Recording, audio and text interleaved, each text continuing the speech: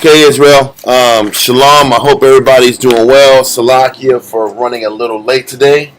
We had some business to take care of. Shout out Kawakab and his congregation, California, Georgia, and everywhere else in between. Shout out Kazakia and his congregation, SOW Virginia, SOW Houston with Quatazop, and SOW Rochester with Zion. I hope your brothers and sisters are doing well out there.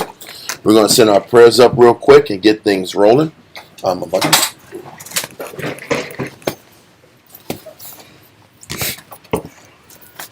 Yahweh Shem Yahushai. Barakatah Yahweh Shem Yahushai. Hahawa'a. Nathan Lanawa. Awar. Zayawam. The water. Aman. Bless you, Yahweh, in the name of Yahushai that gives to us light this day. Thank you. So be it.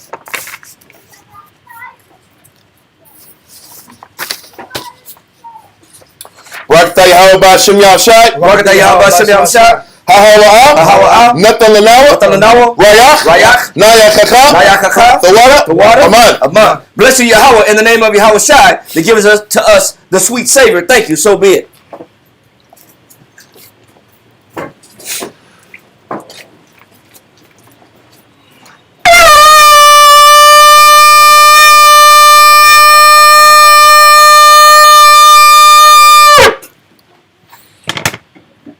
Amajim Wapanya Yerushalayim. Stand and face Jerusalem. Barakatah Yahweh Shem Yahushai. Barakatah Yahweh Shem Yahushai. Hahawa'a. Nathan Lanawa. Hashabbat. Bashalom. The water. Aman. Bless you, Yahweh, in the name of Yahushai that gives us the Sabbath and peace. Thank you. So be it. Psalms 121. Anasha. Ayanyamya. Hahayam. Ma'aya. Yabua'a. Isaiah. Yabua'a. Ma. Yahweh. Sha'isha. Shemayim. Wa'aratiza. La'a. Yanathan. Lamawat. Rogalia. Yala'a. Nawam. Shashamoyah. Ana. Yala'a. Nawam. Wala'a. Yeshon. Shashawamar. Yashuala.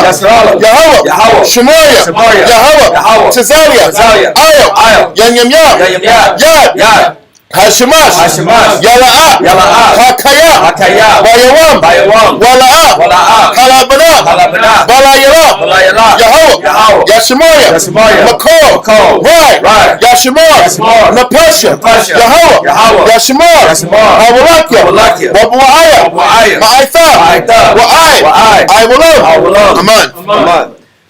I will. Psalms 121 in English. I will lift up mine eyes into the hills, from which cometh my help. My help cometh from Yahweh, which made heaven and earth. He will not suffer thy foot to be moved. He that keepeth thee will not slumber. Behold, he that keepeth Yasha'Allah shall neither slumber nor sleep. Yahweh is thy keeper. Yahweh is thy shade upon thy right hand. The sun shall not smite thee by day, nor the moon by night. Yahweh shall preserve thee from all evil. He shall preserve thy soul. Yahweh shall preserve thy going out and thy coming in from this time forth, and even forevermore. Aman. Israelite Credo. Shema Yahshua. Yahweh. Eloheinu. Yahweh. Echad. Shema Yahshua. Yahweh. Eloheinu. Yahweh. Echad. Shema Yahshua. Yahweh. Eloheinu.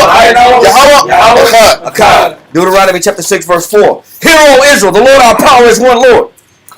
Lord's Prayer. Abinah. Shabbat Shemayim. Kodash. Hayah. Shemka. Yahweh. Malak with Ka. Thaba'ah. Ratizaka. Hayah. Aisha. Ba'aratiza. Kawa. Hayah. Bashemayim. Nathalanawa. Lacham. Kol. Yawam. Wasalachano. Chawathino. Chasalachano. Chawathino. Wala'a. Tabiano. Banasai 1. Abo. Hawashano. Mayan. Right. Kaya. Lakam. Amarakwa. Waha'ala. Wahatapara.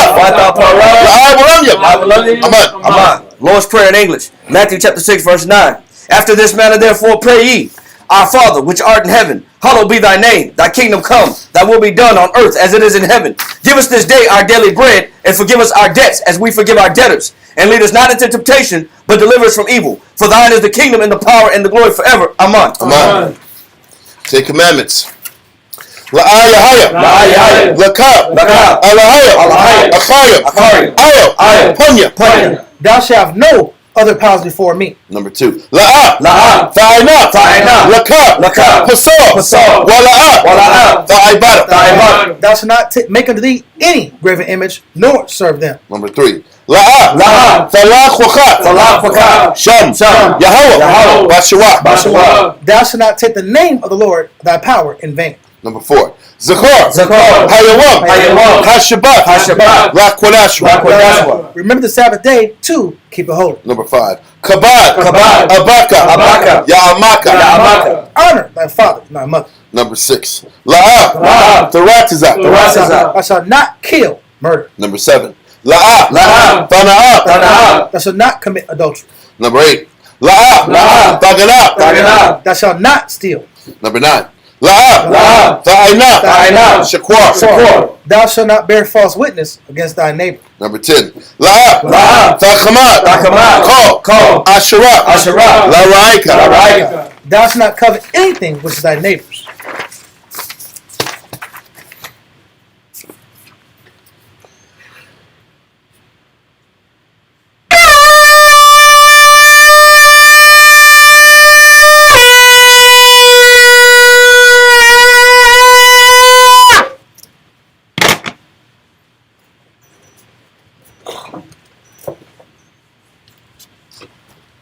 Rakta Yahweh Ba'Shem Yahshai. Rakata Yahweh Ba'Shem Yahshai. Ahawaha. Ahawaha. Nathalanawa. Nathalanawa. Hatawara. Tawara. Blessed are you, Yahweh, in the name of Yahweh Shai that gives to us the law. Israel Yeshabim. Israel seated.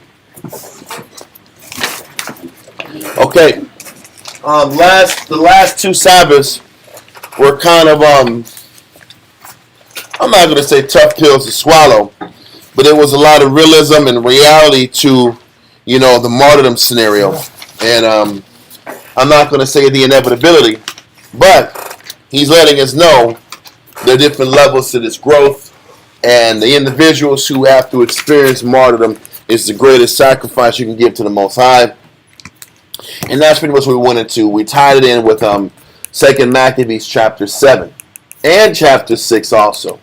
So now, the way the tone of the writing goes, if you go into 2 Maccabees chapter 8, it starts talking about Judas Maccabees. And like we explained earlier, 2 Maccabees jumps in the writings. And it tries to compile a lot of history in very short times. So when you're sitting back here looking at 2 Maccabees, there's parts of 2 Maccabees that lead you into 1 Maccabees. But now it's time to go into 1 Maccabees and start running down 1 Maccabees so we can get a better understanding of that topic. So we're gonna get into 1 Maccabees and start dealing with the Maccabean Empire. And today's class, before we go into the Maccabean Empire, we're going to be focusing on everything. It's like a recap. Today is kind of like a recap. Because chapter 1, 1 Maccabees 1 and 1, kind of recaps a lot of the Greek history. And it takes us all the way to Antiochus Epiphanes and how broken and downtrodden it is. Chapter 2 and 1 Maccabees goes into the heroes that emerge, Mattathias and his family. They emerge after all of the hell that's going on. So 1 Maccabees today is going to be a lot about a summary of what we've been reading for the last 7 to 10 weeks. Okay? So, let's go to 1 Maccabees, chapter 1, verse 1. We're going to read the entire chapter, hopefully. Let's get this going. 1 Maccabees 1 and 1. Cry, let's get you saluted in.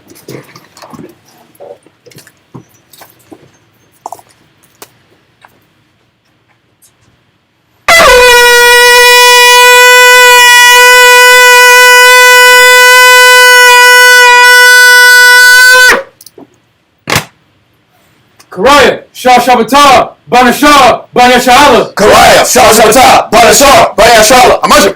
What? Yahweh Ba'Shem Yahshai. How about Shem Yashabrakatam? All right, Yeshabim. Once again, shalom everybody online. I hope everybody's doing well today. So we're gonna get this going. Let's get going. First Maccabees, chapter 1 and verse 1. Okay.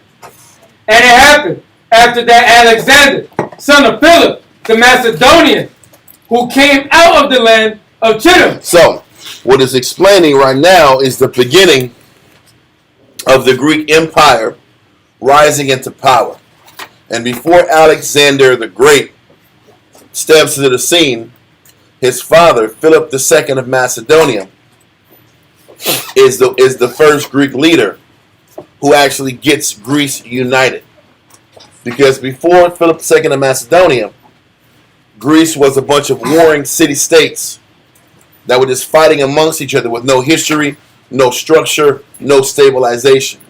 Reading in other books before, it will be like whatever warring city took over another country, they would eliminate their history and their records, burn them up and destroy them, and take over. Then the next country that takes them over would wipe out their history and their documents and reassume the position after that. So Philip II of Macedonia unites Greece and gets them on the right track, but he is later assassinated. Okay? And at the same time he gets assassinated, his son gets elevated, and then he starts to sit back here and unite the nation moving forward against the antagonist, the Persian and Mede Empire. So let's continue. Okay. It says, and it happened after that, Alexander, son of Philip, the Macedonian, who came out of the land of Chittim, had smitten Darius, king of the Persians and Medes, that he reigned in his stead, the first over Greece. So once again, we went over this many moons ago, it feels like, when Alexander sat back here and took over the entire world by defeating King Darius. I think it was Darius III of the Kingdom of the Medes in approximately 333 BC. Okay? So this happened. Now the Greeks are in power. We're gonna go into this story a little better. As matter of fact, continue real quick. Okay. No, before you go there, hold this, and let's go to Daniel chapter 8 and 1. We're going to read Daniel 8, verse 1 through 8. Because chapter 1 just leaves us with the fact that Alexander rises into power, and he takes over Darius III. But historically and through the scriptures, there's a lot more history that ties this in. So we're going to go with Daniel 8 and verse 1 down to kind of break down the history behind the Greeks, which is referred to as the goat, and the Persian Mede Empire is referred to as this ram that we're about to read about in Daniel 8. So let's keep going. Daniel chapter 8 and verse 1. In the third year of the reign of King Belshazzar, a vision appeared unto me, even unto me, Daniel, after that which appeared unto me at the first. And I saw in a vision, and it came to pass, when I saw, that I was at Shushan in the palace. So at the time that he had the vision, he was in Babylon. But the vision he had, he was in the Shushan palace in the country of Elam, which was the kingdom of the Persian and Mede Empire. So Daniel was given so many visions down the line, it's incredible. So he received a vision while he was under King Belshazzar, that he was in the Shushan palace. Read on. Which is in the province of Elam. Mm-hmm. And I saw in a vision, and I was by the river of Ulai. Then I lifted up mine eyes, and saw, and behold, there stood before the river a ram, which had two horns, and the two horns were high. And listen, the ram that had two horns that were high was the Persian and the Mede Empire. Those are the horns. The horns refer to a power. So they had two powers on this animal, or this kingdom, which is the ram. Read on. But one was higher than the other, and the higher came up last. What it's saying is that one horn was higher and more powerful than the other horn, and that horn rose up later.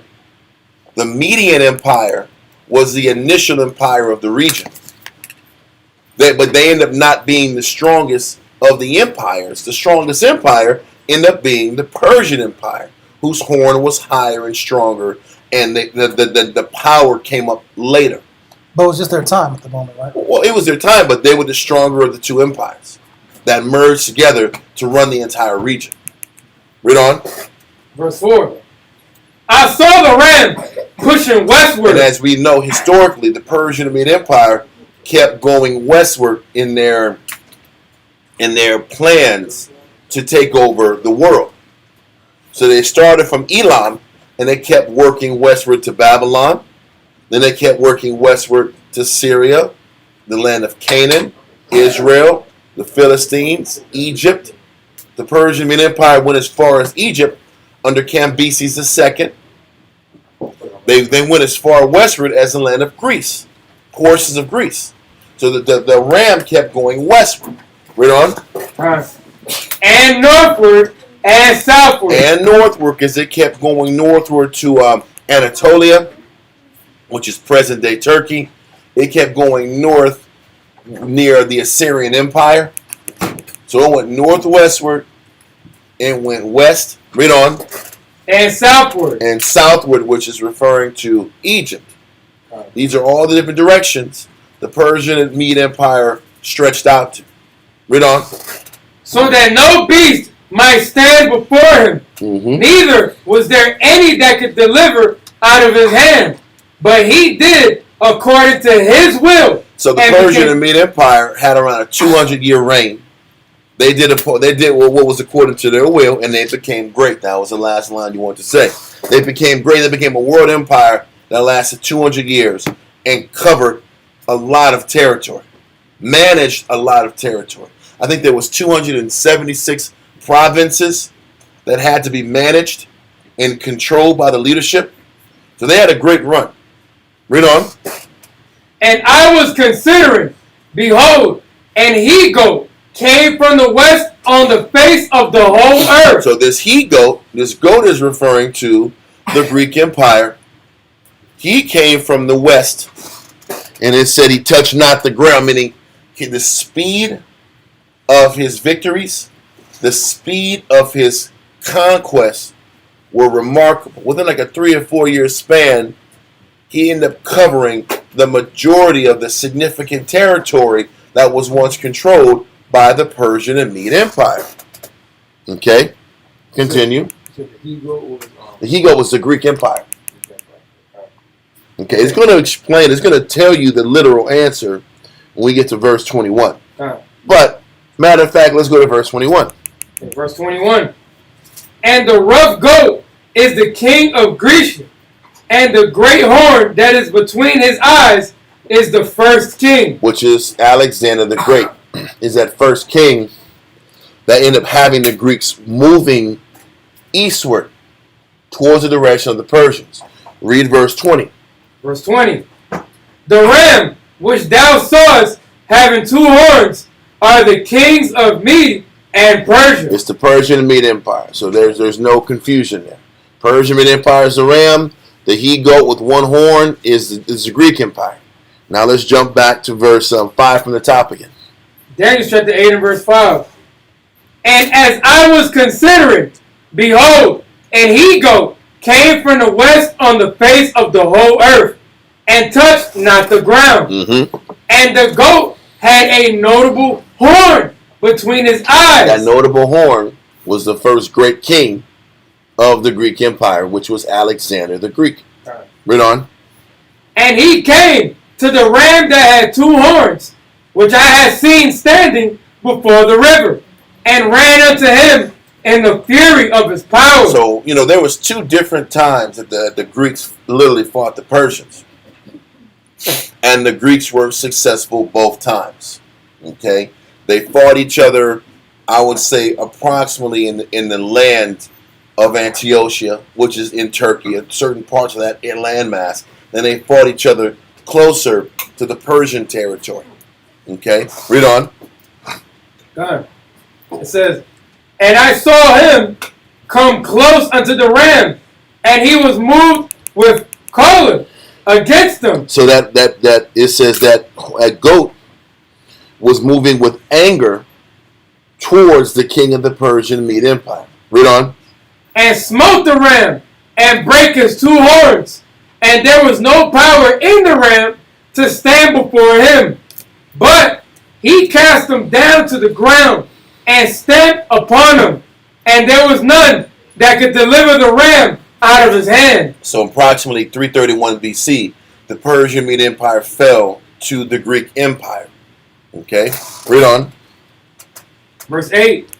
Therefore the he-goat waxed very great. Alexander the Great became great. Read on. And when he was strong, the great horn was broken. When he was at his apex and at the height of his empire was when Alexander the Great died. Some say it was syphilis. He died, okay, of sickness at a young age. Read on. And for it came up 4 notable ones toward the 4 winds of heaven. So 4 notable ones. The 4 notable ones were, they ended up being the 4 notable generals that served under Alexander the Greek through his entire reign on the top. The 4 notable ones reigned the 4 different winds of the earth: north, south, east, and west. The individual that was in the south was Ptolemy, which one of his main generals who ruled Egypt. Then you had Seleucid ruled the east. Then you had north, if I'm not mistaken, it was Lysimachus, and then Cassander ruled the west. So we're going to go into that in more specificity when we get to Josephus. Okay, so that's what's happening so far. Let that go in Daniel's, and let's continue in Maccabees 1 and verse 2. First Maccabees, chapter 1 and verse 2. And made many wars, and won many strongholds, and slew the kings of the earth. And this is Alexander the Great. Won many wars, established many strongholds, and reestablished the world under the Greek influence. Read on. And went through to the ends of the earth, and took spoils of many nations, insomuch that the earth was quiet before him. There was not a nation and kingdom that rose up against the Greeks during the time of Alexander. Read on. Whereupon he was exalted, and his heart was lifted up. You couldn't tell him nothing. Read on. And he gathered a mighty strong host, and ruled over countries, and nations, and kings, who became tributaries unto him. Read on. And after these things, he fell sick, and perceived that he should die. Wherefore he called his servants, such as were honorable, and had been brought up with him from his youth, and parted his kingdom among them while he was yet alive. So what they're saying is, he split his kingdom up while he was still living. Historically, he split his kingdom into 5 parts. But after all the wars, I think it was 5 generals. Yeah, I know that, but I'm talking about it's the Peloponnesian War. No, the Wars of the Diadochian. That's what it was. The Wars of the Diadochian. All that explains is a bunch of wars to decide out of those 5 generals who was going to sit back here and be the head of all those generals, or who was going to sit back here, and because there were disputes. Once Alexander died, when he broke up the kingdom into 5 parts, who was going to sit back here and control other parts? So they were still fighting for power right after Alexander dies. So he splits his kingdom into 5 parts, end up turning into 4 parts. Okay, read on. Verse 7. So Alexander reigned 12 years and then died, and his servants bare rule everyone in his place. Everyone they ruled in their place. So hold on, let that go for now, and let's go to Josephus, book 12, chapter 1, paragraph 1.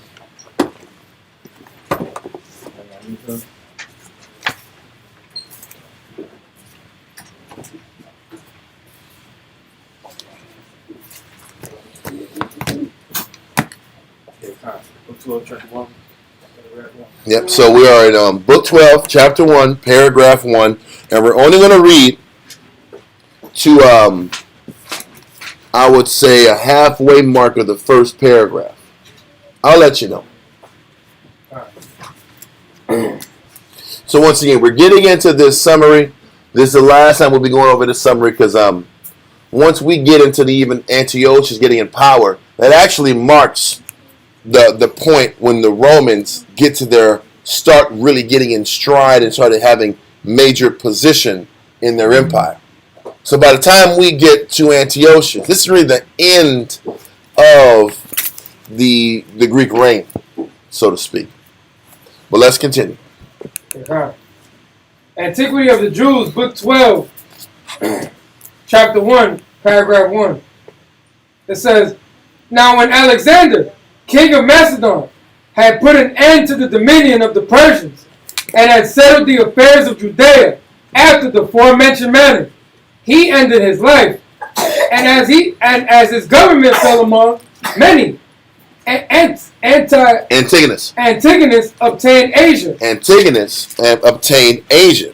Read on. Seleucus, Babylon. Seleucid had Babylon. Read on. That's 2. Read on. And of the other nations which were there, Lysimachus governed the Hellespont. Hellespont, which is Greece and Macedonia. Read on. And Cassander possessed Macedonia. As did Ptolemy, the son of Lagus, seized upon Egypt. Those are 5 emperors that Alexander split his kingdom into. Now we have heard over time it's 4, but those 4 end up turning into 4 based upon the wars of the Diadochi. Like I said earlier, it was these 5 generals fighting for power. Seleucid had Babylon all the way east. So he had Babylon and Old Persia and all those countries in the Far East. And then Antigonus had everything from Babylon going west. So he had Israel, Canaan, Philistia, Syria, all Turkey. Syria. He had all that country, Syria, Turkey. He had all that in the middle. Then you had Ptolemy in Egypt, and then you had Lysimachus and Cassander had that region near Greece. What ended up happening is Antigonus had the most land, and all of the generals minus Ptolemy were fighting and trying to attack Antigonus to control him and keep him under control because he wanted more land. After everything was said and done, Antigonus died, and Seleucid took over that region. So Seleucid took from Canaan, Babylon, and Old Persia. That whole land was the largest land area.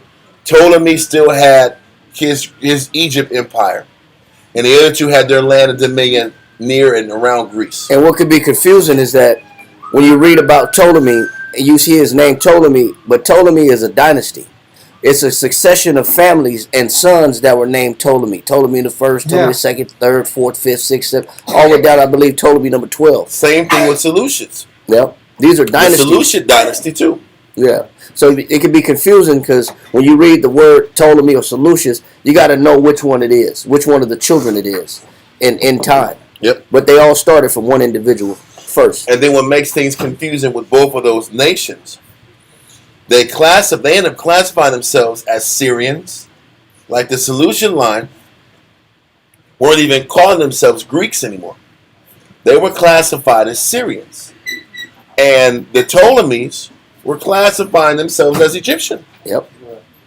So in history, when you hear about the Syrian wars, you think it's about some Ishmaelites or some children of Arabs fighting for territory in the region, when it's really Edomites in the territory that are called by the region's name.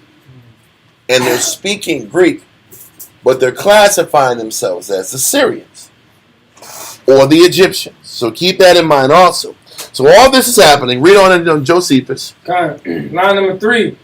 And while these princes ambitiously strove one against another, everyone for his own principality. That's the point. These princes, these generals, kept striving against one another. Literally, I think it was a 10-year war called the Wars of the Diadochi. And they were fighting and killing each other for power and positioning. And that fighting and killing didn't stop all the way through from 330s all the way to like the 160s. The fighting and killing didn't stop. Because that's all Esau knows. Read on.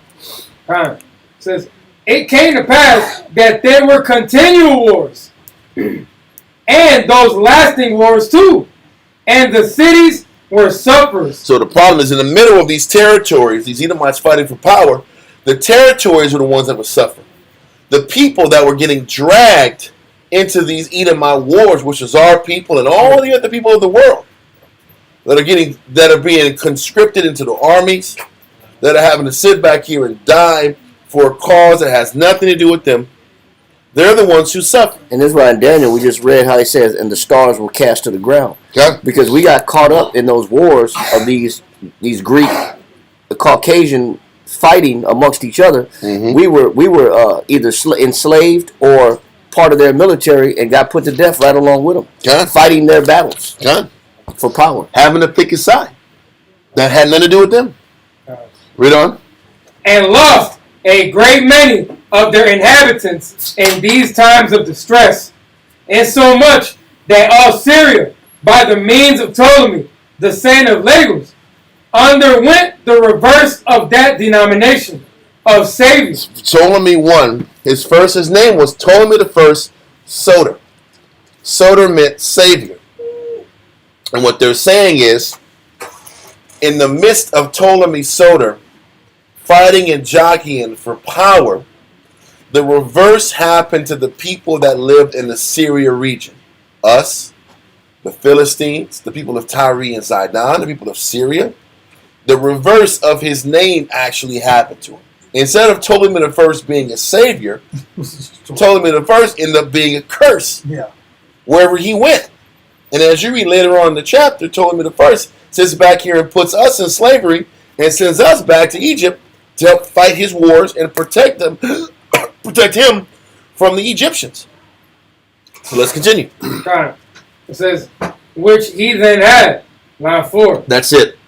Because the rest of it goes into that. All I want to explain is the wars, the fighting for power.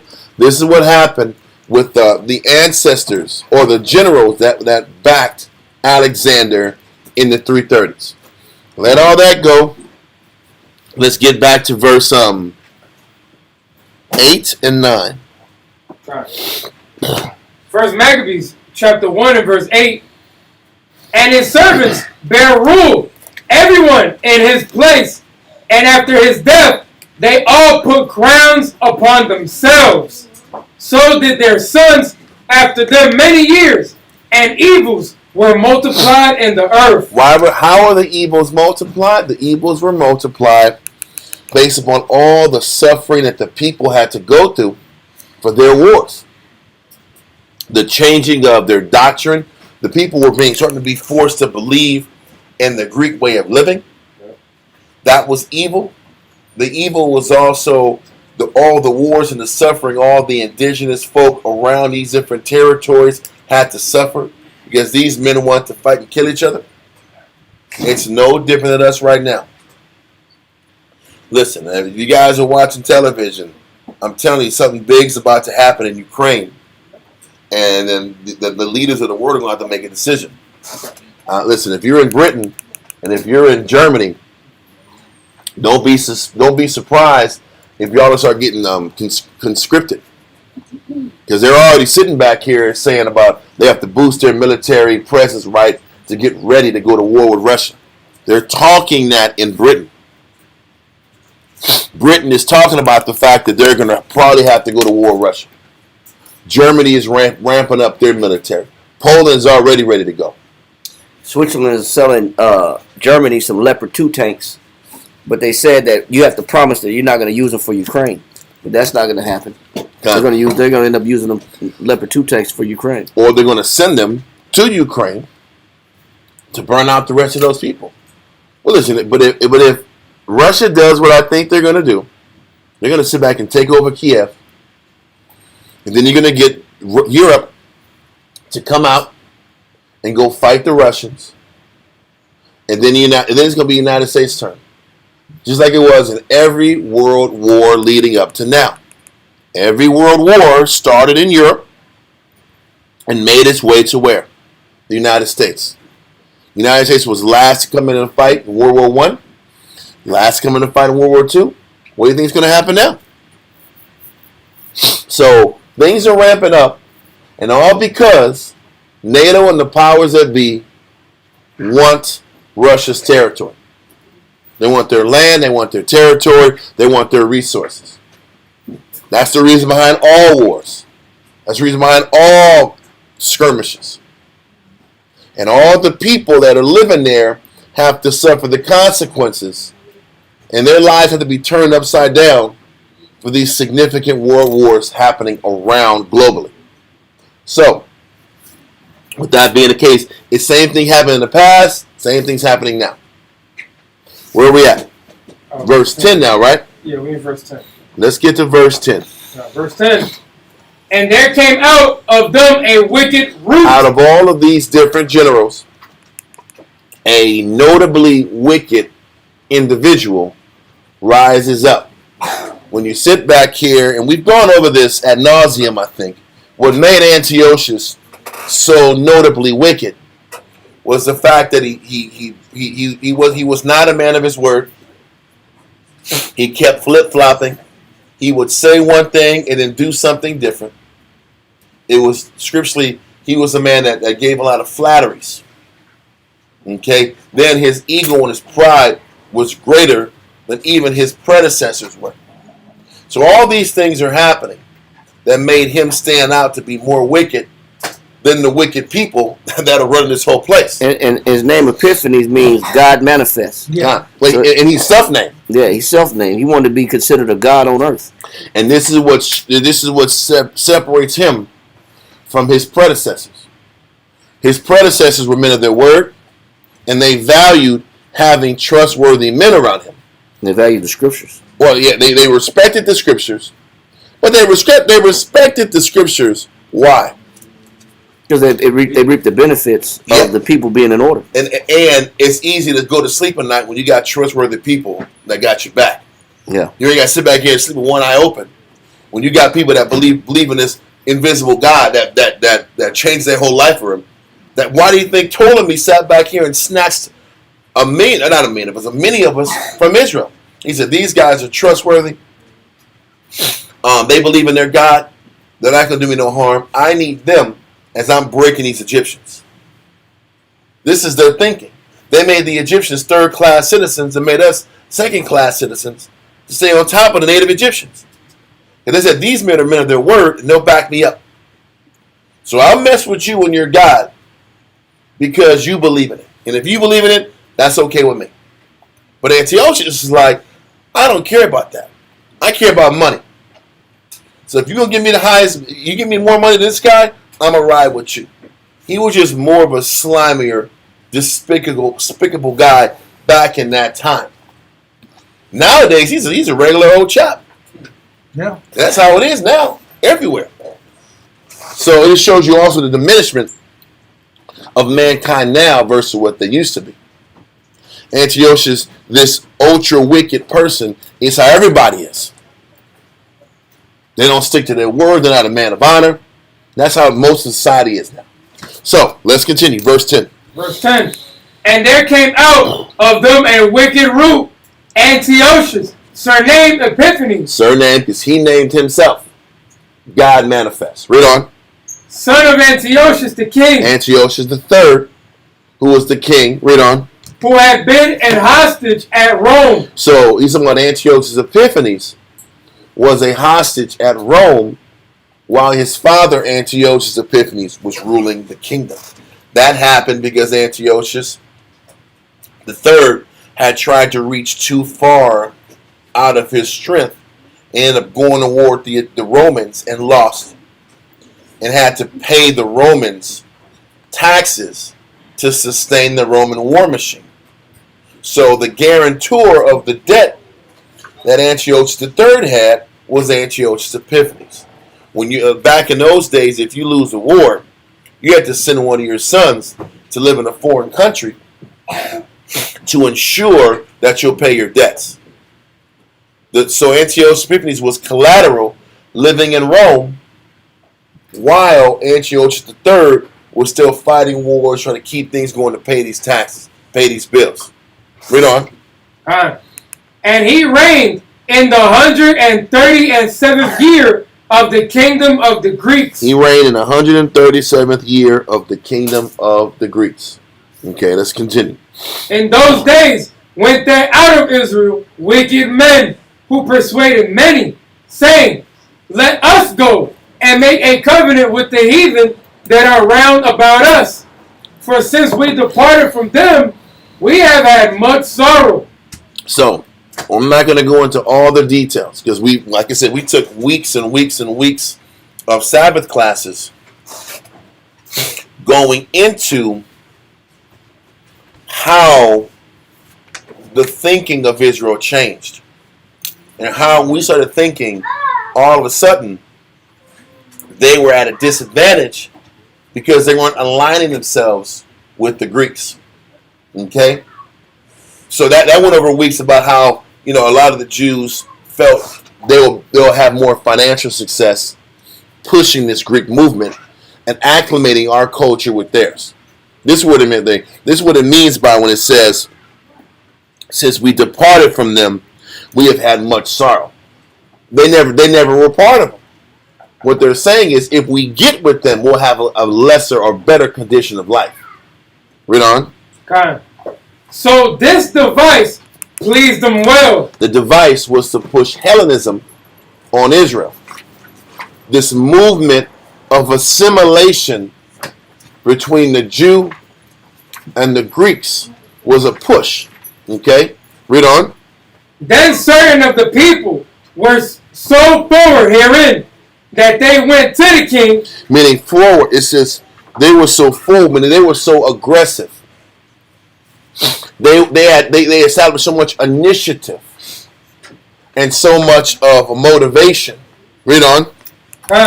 Who gave them license to do after the ordinances of the heathen. Mm-hmm. Whereupon they built a place of exercise at Jerusalem. So they were sitting back here and asking for Greek citizenship, asking for license and permission to put all of these Greek institutions into Jerusalem. Gyms, military barracks, police stations, all these things were being put into the city. That's when you can't beat them, join them goes wrong. Huh. You start assimilating into their culture. Yep, and this is specifically started with Jason and Simon. Jason was the high priest. Before Jason took the power, there was a guy named Simon who was working for Menelaus, who was pushing this movement to get us to assimilate. Okay, let's continue. But once again, we went over this many times, but you see how 1 Maccabees 1 kind of gives you the quicker version of it.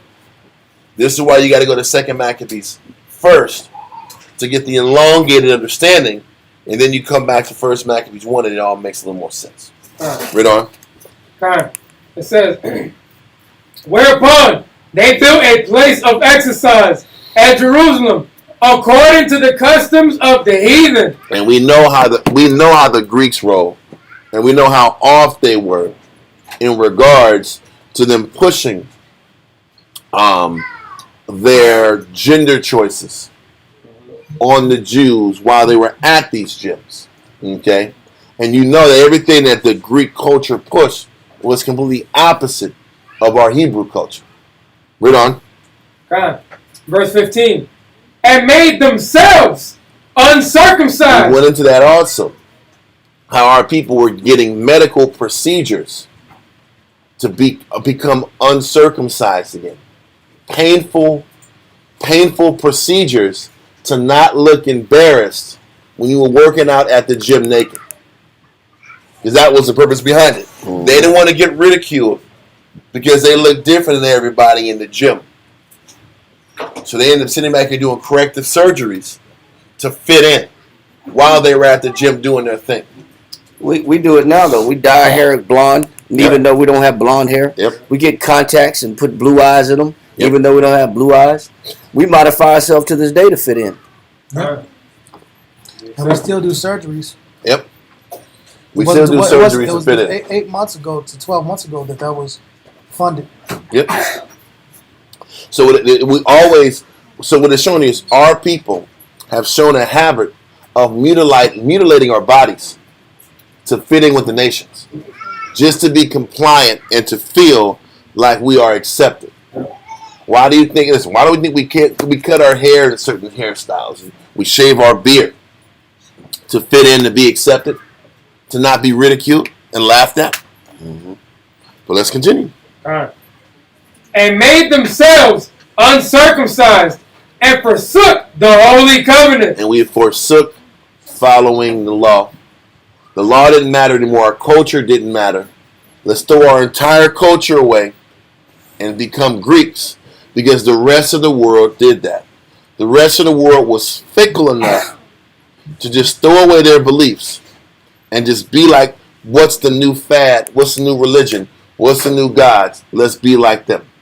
That's how the nations operated. And we were falling right into suit. Read on.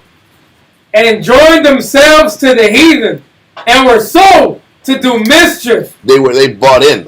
What it says, a lot of our people, the majority of us, bought in to giving up our culture willingly. And this is what's so crazy. We didn't have a problem with changing our culture until Alexander forced us to do it. Then we were sad. Not Alexander, Antiochus. But we'll go into that later. Read on. Verse 16. No, not yet. Let's go. Verse 16. Now when the kingdom was established before Antiochus, he thought to reign over Egypt, that he might have the dominion of 2 realms. So, what they're doing, once again, they're giving you the whole sequence of stories. Antiochus had the empire. While he first got the empire, the society of the Jews were crumbling. Simultaneously, as we're crumbling, Jason's in power, and later Menelaus, the high priest, Antiochus Epiphanes decides, I want to take over Egypt. They're ripe for the taking. I'm going to take them now. So the idea or the move that Antiochus makes on Egypt is the beginning of the 6th Syrian War. The 6th Syrian War is the war between the king of the north and the king of the south. The king of the north was the Seleucian line. The king of the south was the Ptolemaic line. Okay, let's continue. Verse 17. Wherefore he entered into Egypt with a great multitude, with chariots and elephants and horsemen, and a great navy, and made war against Ptolemy, king of Egypt. But Ptolemy was afraid of him and fled, and many were wounded to death. So what it's saying is, the Ptolemaic Empire was on the decline. The leader of the Ptolemaic Empire was very young. The city was on the brink of collapse. There were a lot of Egyptian interests pushing and weakening the fabric of the country. So by the time Antiochus comes down, the king of the south, or the Ptolemies, or the Egyptians, couldn't withstand Seleucid's attack. So there were 2 separate wars of the 6th Syrian War. The first war of the 6th Syrian War was a success for the king of the north, Antiochus Epiphanes. Okay, read on. So he ends up taking over a large portion of Egypt, and then he heads back home. I'm not going into all the details. There's more details to it, but I'm going to just give you the overview. Read on. Thus they got the strong cities in the land of Egypt, and he took the spoils thereof. He took the spoils of the major cities of Egypt. The only one he didn't get was Alexandria, but he got the other ones. So it was a major victory for Antiochus in the first wave of that fight against the Ptolemaic Empire. Read on. And after that, Antiochus had smitten Egypt. He returned again in the 143rd year, and went up against Isreal and Jerusalem with a great multitude. Okay. And entered proudly. Nope. I want you to go real quick Matter of fact, read verse 19 again. Verse 19. Thus they got the strong cities in the land of Egypt, and he took the spoils thereof. Now, hold that. And let's go to Daniel chapter 11, verse 28, verse 30. The reason we're going to Daniel 11 in verse 28 and 30, because this ties in to where the story is kind of taking us in 1 Maccabees 1. Okay? Daniel chapter 11 and verse 28. Then shall he return into his land with great riches. So what ends up happening, verse 28 goes right in and talks about after that first win in the 6th Syrian War, he leaves with great riches. Read on. And his heart shall be against the holy covenant, and he shall do exploits and return to his own land. So he says his heart, after he's finished with this campaign against the Egyptians, his heart is going to be against the people of the holy covenant, which is us, at least the ones who want to serve the Most High. Read on. And he shall do exploits and return to his own land. Now, the thing is this: the exploits that he did before he went back to his own land, I don't know if we want to go into it because we're going to look up and not have time for anything. But just for the record, the exploits that were done is in 2 Maccabees chapter 4, verse 35 through 50. Those are the exploits he did against the children of the covenant. And when you read 2 Maccabees chapter 4, verse 35 to 50, what's talked about there is, remember when Menelaus hires Andronicus to kill Onias III? Mm-hmm. Because Onias III knew that Menelaus was stealing gold and stealing precious items from the temple, trying to sell them to pay off Antiochus. Onias III finds out and says he's going to put you to trial. He hires Andronicus to kill him. Andronicus kills him. Antiochus gets back from taking out the Egyptians. He punishes Andronicus, but there was a major riot behind it because everybody knew that it wasn't just Andronicus that did it. In the midst of this riot, another man that was Menelaus' top guy was killed. And justice isn't handed on the people. Antiochus bribes some of the officers and the officials to sit back here and exonerate the man that got killed named Menelaus and to punish the people of the Holy Covenant who had a right to be angry about how they were being treated.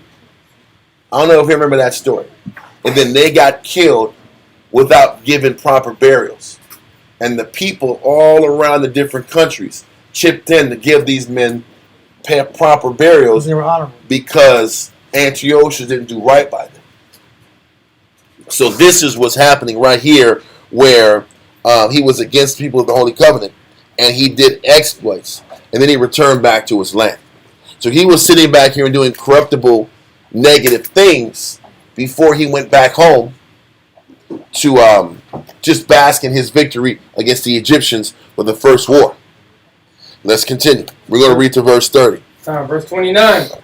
At the time appointed, he shall return. So at the time appointed, Antiochus Epiphanes is going to come return back to Egypt and fight against his nephews, who were the kings of the king of the south.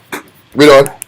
And come toward the south, but it shall not be as the former or as the latter. So he says the results of this second expedition wasn't going to be like the former, like the last victory. And it wasn't going to be as the latter, meaning it wasn't going to turn out the way he expected it to turn out. Okay? Do we understand? Read on. Verse 30. For the ships of Kittim shall come against them. So, what happened on this second attempt to take out Egypt His goal was to take out Alexandria and to take out the city of Kittim, which was a major port that he wanted control over for power and money and military access. As he was going to take out the country or the island of Kittim, the ships of Kittim intercepted him. The ships of Kittim belonged to the Romans. The Romans came in there, stopped him, and told him, this was, I think it was 167, forgot the exact year. But that was when... Yeah, because that was the last year that Alexander reigned. Yeah, it was actually 164 was the last year he reigned. So it was 167 when the Romans came in and said, listen, man, Egypt, our interests now are into Egypt. So you sitting back here fighting the Egyptians, it's not going to work. Now you're messing with our territory. So he says, he put a circle around Antiochus Epiphanes, his captain, and said, if I need a decision now, are you a threat, or are we cool? And he sat back here. Antiochus said, can I get some time to deliberate with my men? No. You got to decide right now. If you step out of this circle, you need to tell me, are you with us or are you against us? And he said, I don't want to fight you. He said, then you're free to go. Point is, he got embarrassed and checked in front of all his people. And the Romans flexed Roman muscle and power. And that moment was actually when the Romans showed that they were the dominant force in the world. Because the only other power that had any type of flex and power was Antiochus in the Seleucid side. The king of the south had already reached out to Rome for assistance. So they were going to give him a deal on grain, give him a deal on whatever resource they needed to get Antiochus off their back. So the king of the south just became a vassal to the Romans. And now the Romans came up and flexed on Antiochus and backed Antiochus off. So who was the power figure in the region now? It's Rome. So this is when Rome actually ascended to being the top dog in the world at this time, which is approximately 167 BC. And they say that the Roman soldiers were hungry landowners that were well-trained soldiers. Yep. And so they were starving and looking for a place to conquer. So this gave them the right opportunity to come in when they see how weak Egypt was and the leadership was, how vulnerable they was to attack. And so what Rome did is said, okay, we're going to provide you with security, which is what America does today for other countries. For a cost. But it's going to come with your minerals and natural resources. We want your resources, but we're going to provide you with security. But we want access to your resources, and that's the American way. That's the British way. That's the way that the Caucasian operates. That's the colonizer's way. Yeah. It's like they're saying that they're assisting you, but they're taking away what's important for that land too. Like you said, like the minerals. So like, regardless, they're gonna get weak. Regardless, you know what I'm saying? Well, the intention is to sit back here and take everything they can, and then go to the next region, because. What Shamshwan didn't explain, he explained that they're hungry, but they just got fed 2 weeks ago. They sat back here and they went as far as the central part of Britain. Then they said, okay, let's go down there. Yeah. They sat back and went all the way westward. They took over German territory, French territory, Spanish territory, and made all kind of wars. This is what made Julius Caesar such a famous person. He sat back here and pushed Roman Empire far west. From little old Rome all the way to Britain. And they captured all the silver mines, the gold mines that were in Europe, that the indigenous people had control over. Then they sat back here, because you sit back and listen to Tacitus, who was a Roman historian. He said that these people in Spain were vicious. And in France, were vicious. And he explained that a lot of them were black dudes. They were hard to beat. He explained very clear whether it was in Britain. They said in Britain, the Picts, they were black dudes.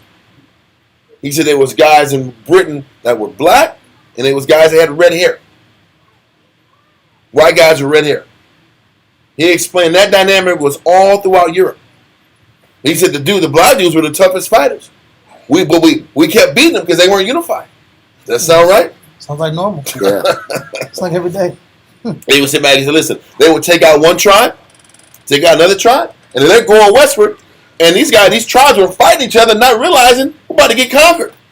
And they wouldn't come together. Just like the Aztecs and the Mayans and all. Everybody. Like the 500 nations. Divide and conquer, the 500 nations. Yeah. Like, why didn't all the natives in central and south United States and north United States go and fight the damn Yankees in the damn East Coast? Why did they say, listen, we got to stop this shit once and for all? What all natives, get your ass to Boston, brothers! You know, go to Massachusetts. We got to take these guys out now. There's a book called The Early Pilgrim Fathers. And they say that one of the first interactions with Squanto was with some pilgrims that showed up. And they didn't know he spoke English. And the first thing he asked them, he says, do you have beer? So that lets you know right there why there'll never be no unity. As long as you got alcohol, as long as you got beer. You can have this land. As long as you got fire water. You got fire water, you got the land. You get what you want. You get what you want. They're not going to come together when they too drunk. Is that? Our people are intoxicated. Yeah. Yeah, is that? And we just hate each other. Yep. I am native in Texas. I don't like those guys in Oklahoma. I'm native, so I can say that, all right? I can say it. That ain't racist because it's me, too. We sitting back here beefing. I'm from Tennessee native. I don't like those guys in Kentucky. Well, all right, B. And y'all die when they get past St. They'll get to y'all asses. There's even intertribal war. I know. Kiowa versus Apache. That's what I'm saying. That's just in Texas alone, but even in one tribe alone, if a male has a high-ranking male, if he can pull his wife, he has equivalent status of that high-ranking male. So there's the spirit of adultery was going on in these tribes to where you can get rank if you can pull a high-ranking man's woman. Mrs. to your girl out. That's what's going on. And then when they went for a second rib, the other rib had an option where she can go step out on them. And so I was reading this book, the book of Texas Indians out. And so bottom line is Texas Chaos Act. Yeah, it was bad. It's bad, but I'm just saying it was a soap opera amongst these tribes too. It's still hatred. Basic law. It's still hatred, and there's no respect.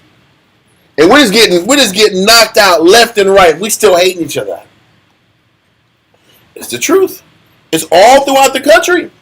I was reading about not gonna lie to you, there was a Peruvian freedom fighter. His name was Tupac Shakur. No lie. And he sat back here and gathered all the people that were fighting the Spanish Act, and they had a good run out, and they were pushing them back. He was one of the few groups of people that said, hell no, these Spaniards ain't going to come in here and destroy our people. He fought back, set an uprising, and his own number 2 sold him out. Oh, it happens all the time. Can't win. For gold, for a chain, for some gold pieces. And they killed him, and they masked him, and they just defiled his body. And this is what happens. It's hard to keep it together. People don't have the morals to stay on top. And they can't stay disciplined enough to suffer long enough to get through the hard times. So anyway, this was happening with the Romans. So they were hungry because the glory was to sit back and go out and get some more land, bring the riches, give a piece of the riches to the Roman Empire, and set your own spot up. So they were hungry to keep pushing westward. Then that Roman wave went south, down to North Africa. They got themselves all the way to Egypt. They just kept pressing eastward. Yeah. As the Greeks kept collapsing, but once again, why? What gave the Roman strength? The Greek wars amongst each other. It always goes back to the same thing. They were fighting amongst the Greeks in Greece. The Romans went right next door and took them out. Yep. And then the Greeks controlled all the transport, all the trade routes, all the silk, the herbs, the spices, which was considered gold. The spices is medicine. Yeah. So when they controlled all the silk, the mercantile products, all the spices. That's what Kittim was for. That's what Kittim was for. That's what the Romans came in and said, okay, we're going to get wealthy off this. We're going to get rich off this. That's what those little islands were so important. You had to have spots to stop. Port cities to sit back here. Ports were everything. Most of those 6 Syrian wars were about fighting for ports and waterways and place to sit back and do trade. Yep. That's what it was about. That's why China's so big right now, because they control the trade route, the trade industry. You control the trade and the America ports. sold it to them. How about that? You're in trouble. They sold most of the ports in the West Coast, from Washington down to Long Beach. Owned by Chinese companies. Now the Chinese in the oil drilling. Yep. Now they own oil drilling wells in Texas. Yeah. Done. So where are we at? Verse 30. So what ended up happening. Read verse 30. Daniel chapter 11 and verse 30. For the ships of Kittim shall come against him. Therefore he shall be grieved and return and have indignation against the Holy Covenant. So then this is the Most High putting it in Antiochus' negative spirit after he gets embarrassed by the Romans to set in his mind that it was our fault. Because whatever he thought, he got embarrassed by the Romans and came back to Jerusalem with a vengeance. With the thinking that it was our fault that he got embarrassed. Maybe we sent intel to Rome. Romans found out and stopped him at Kittim. So he comes back, he's grieved, and he returns with indignation against the people against the Holy Covenant. So read that again. Read up and have indignation. Right. It says, and have indignation against the Holy Covenant. So shall he do. He shall even return and have intelligence with them that forsake the Holy Covenant. So what he says is he's going against everybody who believes in these scriptures. And when he gets here, he's going to have intelligence with them that forsake the Holy Covenant. So he's going to get back here, empower the individuals who don't mind compromising right from wrong, and set up plans and ideas to break the remaining handful of people that believe in the scriptures by any means necessary. And so what does he do? He sits back and gets intelligence back with Menelaus. He puts Menelaus back into power.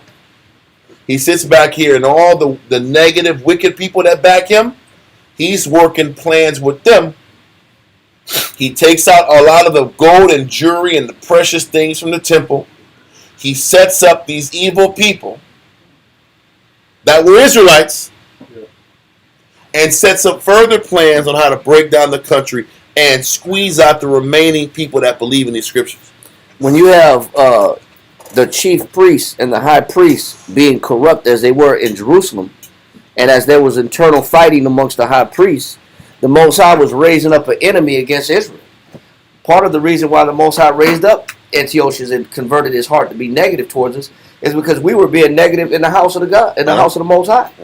We didn't look at each other and treat each other with positivity, and there was corruptness going on amongst the priesthood. Remember we read in 2 Maccabees that everybody was at the gym? Yeah. No, it was hard for the Jew to even want to go to the temple to do the work of the Lord. It said the priest didn't want to preach no more. That's what it said. That's what it said. The priest didn't even want to do the services. The services of the Most High actually stopped. And that's what I was saying. They shut it down. And instead of saying gone fishing, they said gone to the gym. Yeah, y'all gone lifting. Try to get in. Naked. Listen, I don't think it was just push-ups. It was his push-ups. No, it wasn't. I said I don't think it was just push-ups. But when you look at when you look at what was going on in the church house, that was why the Most High said, okay, well, since this is not important, I'm going to raise up an enemy on you. And that's what the Most High does throughout history. Every time that we don't want to serve Him the right way, and internally our worship is stained and it's lacking, the Most High got a surprise for us. He got an enemy that He raises up against us. And that was part of the reason why Antiochus came with such viciousness against us. It's what we don't do in-house. And all throughout history, when we're not right, the Most High sets up enemies. Yes. To make life hard for us. Make it hard, bro. God. So we finished verse 30, right? All right. Let's go now to Josephus, book 12, chapter 5. Chapter 5, paragraph 2.5. Let me see. I don't know why I have 2.5 here.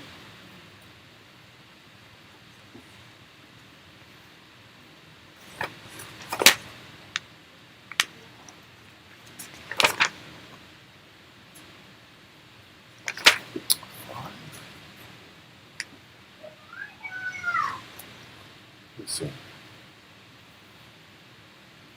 Just read 2. I don't know why I have 2 and I have to the end. I don't understand. Let's see what happens. All right. Antiquity of the Jews, book 12, chapter 5, paragraph 2. Now Antiochus, upon the agreeable situation of the affairs of his kingdom, resolved to make an expedition against Egypt, both because he had a desire to gain it and because he condemned the son of Ptolemy as now weak and not. He condemned, meaning he saw the weakness in Ptolemy, and he saw that he was right for the picking, which was his nephew. Read on. And not yet of abilities to manage affairs of such consequence. So he came with great forces to Pelusium and circumvented Ptolemy, Philometor by treachery and seized upon Egypt. He then came to the places about Memphis, and when he had taken them, he made haste to Alexandria in hopes of taking it by siege and of subduing Ptolemy, who reigned there. But he was driven not only from Alexandria, but out of all Egypt by the declaration of the Romans, who charged them to let that country alone. Accordingly, as I have elsewhere formerly declared, I will now give a particular account of what concerns this king, how he subdued Judea and the temple. For in my former work, I mentioned those things very briefly, and have therefore now thought it necessary to go over that history again, and that with great accuracy. Read paragraph 3. Paragraph 3. King Antiochus, returning out of Egypt, for fear of the Romans, made an expedition against the city Jerusalem. And when he was there, in the 143rd year of the kingdom of Seleucids, he took the city without fighting, those of his own party opening the gates to him. You see where it said in Daniel 11:30, and having intelligence with them that forsook the holy covenant, he sat back here and sent word to his guys, Menelaus and the military that was still there, open the gate, let me come here, come in, I'm going to ransack this place. I'm going to put y'all back in power, but I'm going to break this city the way I want to break it. And this is what happens. He gets back into the city, they open the city for him, and all hell breaks loose. Read on. And when he had gotten possession of Jerusalem, he slew many of the opposite party. The people that were with Jason, and anybody that was against Antiochus' guys. Read on. And when he had plundered it of a great deal of money, he returned to Antioch. So he sat back here and robbed it. He went to the temple. This is before, just mentally, you got to keep this in mind. This is in 167 BC. Antiochus comes in here, is led in by Menelaus' guys. He kills all the oppositional party. He puts back Menelaus and all these guys that were hardliners against the law. He steals a lot of gold and valuable items out of the temple. And then he sits back here and returns back to Antioch. But this is before the abomination of desolation happens. That happens in 165. So he just robs it and kills the opposing people first.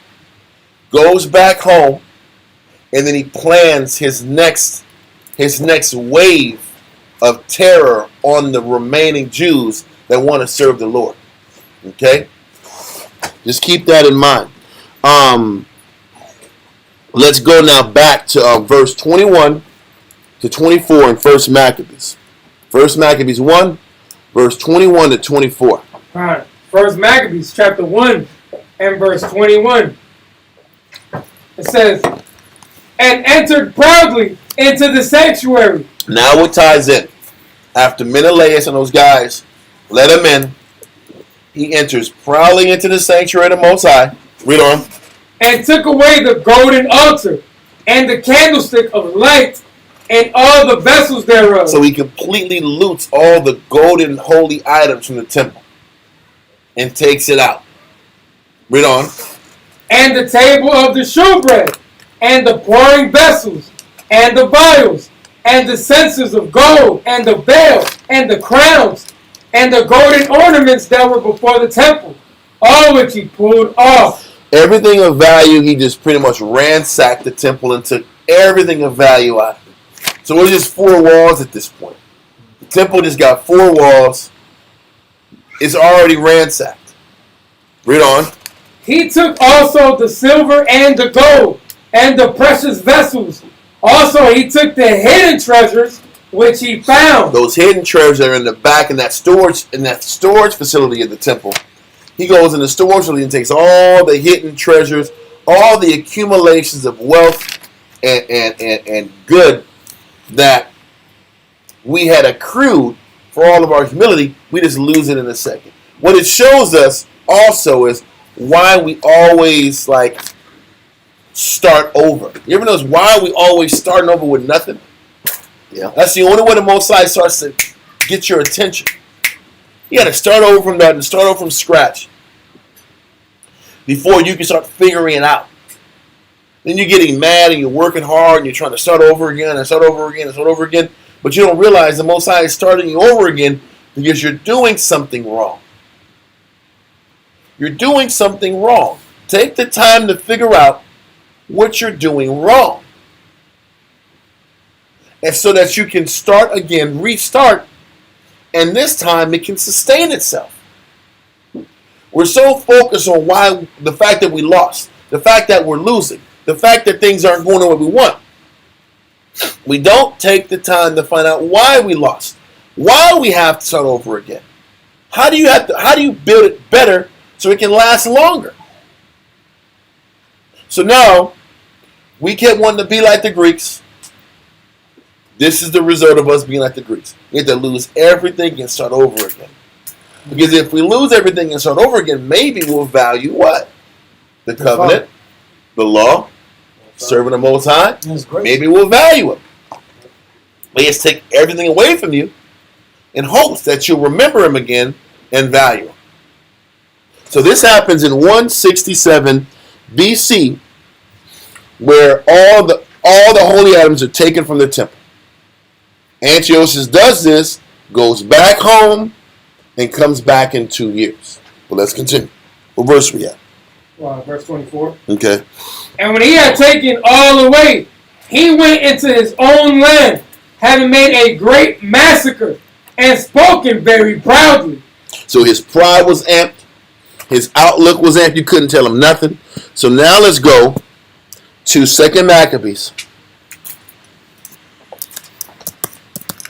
Chapter 5, verse 11 through 21. Just to quickly recall the first time he enters into Jerusalem after his embarrassing defeat to the Romans. And let's get more details about what was taken. We know the gold was taken. We know all the temple items were taken. Now let's get a little bit more clarity as to the damage that happened once he got into the city. Thawam, let's get you saluted in.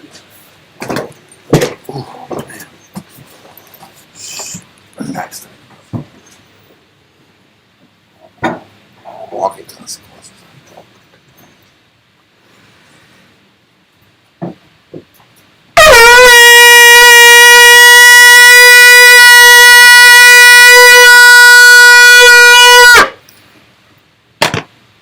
Tawam Rakha, Shal Shavata, Banashar, Bayashala. Tawam Rakha, Shal Shavata, Banashar, Bayashala. I'm much. What? Yahweh Hashem Yashar Gata. Yahweh Hashem Yashar Gata. That's good.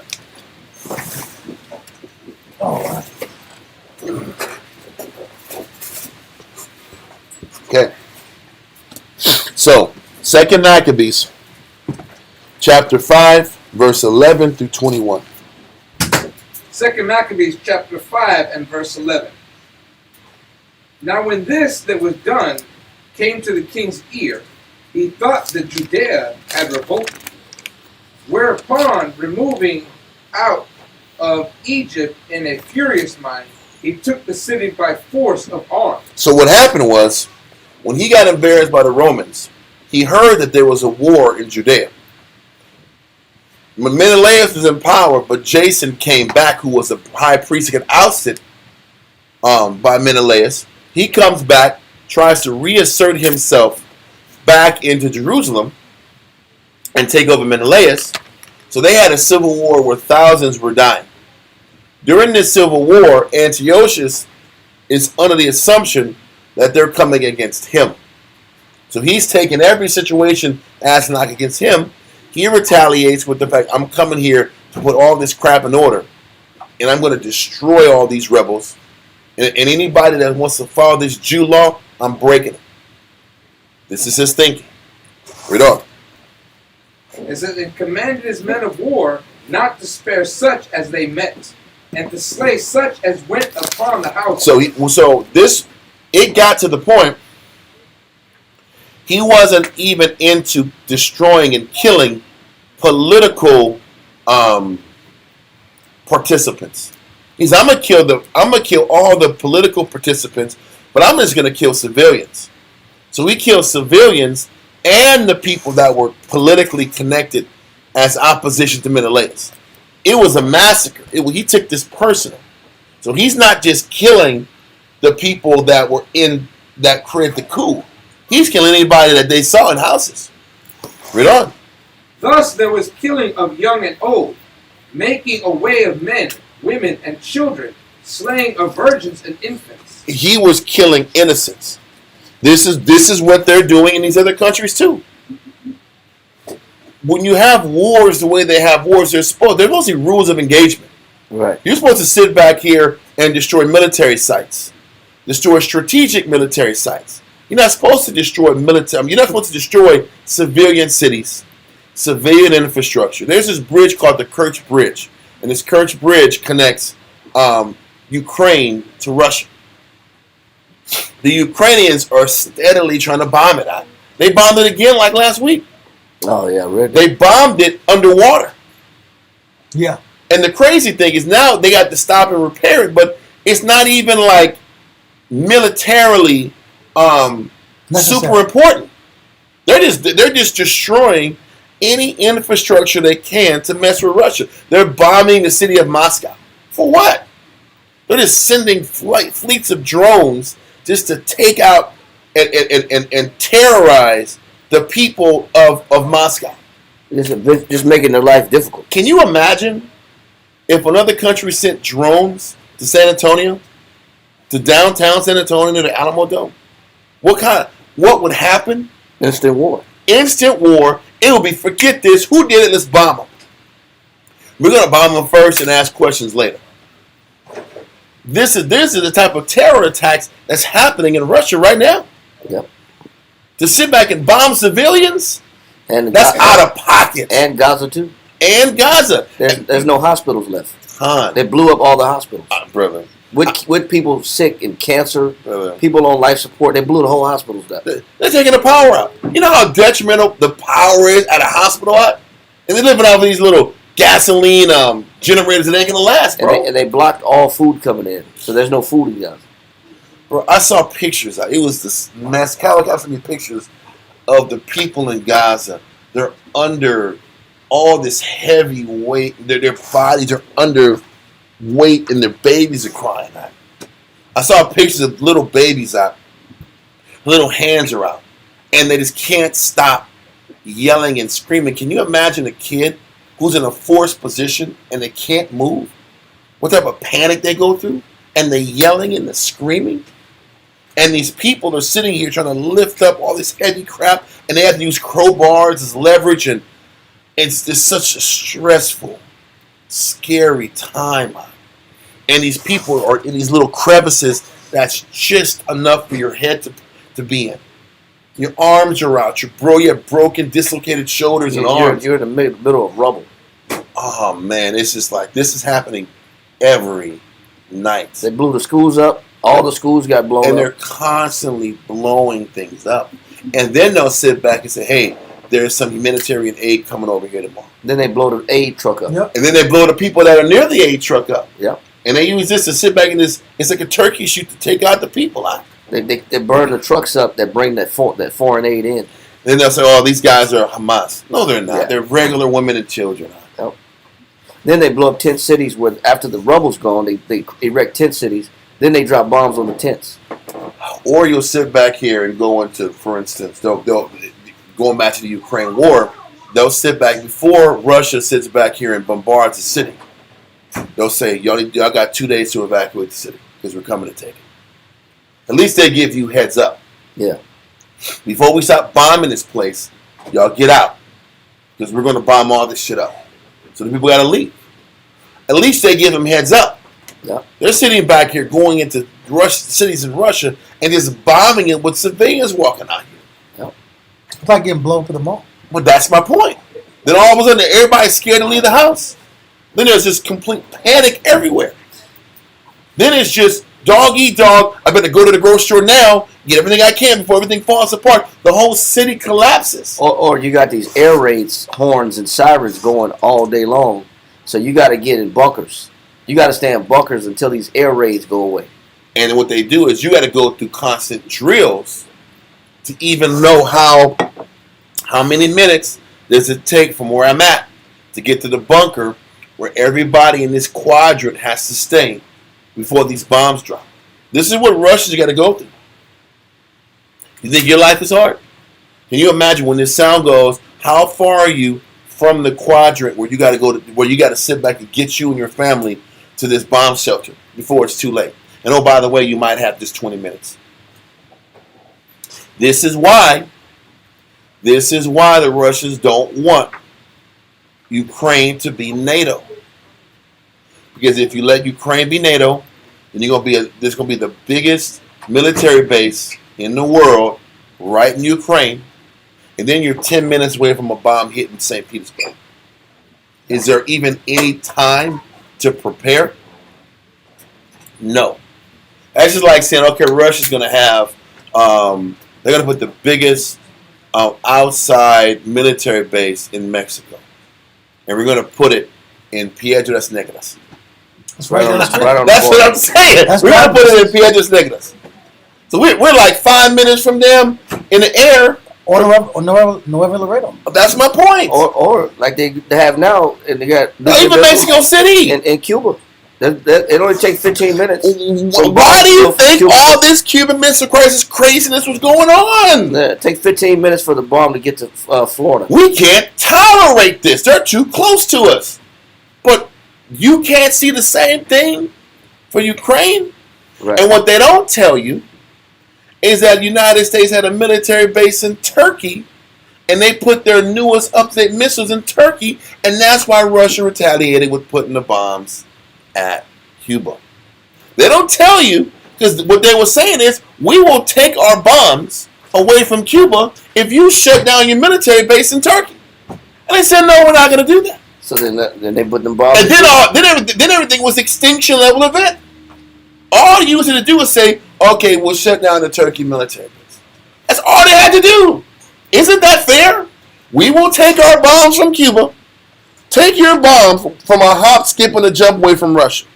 Because at that time, Ukraine was part of what? Russia. Turkey and Russia, 20 minutes away. What's the difference? You see how one-sided that is? Yeah. And they kept putting pressure on Russia. No, you fold. Take yourself back. We ain't folding. We ain't budging. It's the same thing happening now. Wow. We're getting pushed to thermonuclear war because we're just going to keep instigating. We're going to send bombs. Listen, for instance, if you guys haven't heard, in Russia, Ukraine, if they said it's Ukraine, sent all these bombs to blow up all of these nuclear planes. These bombs that hold nuclear planes. Planes that hold nuclear bombs. Yeah, planes that hold nuclear bombs. Mm-hmm. And you would sit back and say, damn, Russia's some suckers, man. Why they have all their important shit hanging out there? What they don't tell you is every country, based upon nuclear war treaties, have to have all of their bombers out in plain sight. You have to have it in plain sight. So if some of these planes leave, you know something's up. The United States has to have theirs in plain sight. So you know where it's at, Everybody knows where their bomb installations are at for safety. And you bomb them? Come on, man. They're playing dirty pool. Over 40 of them. No, that's what they say. So they say 40, so others say 7. It just depends. Probably in the middle. And then you got Zelensky saying we got to keep putting pressure on Russia. And I'm like, bro, if you keep doing it, you're gonna force them to destroy Kiev, their capital city.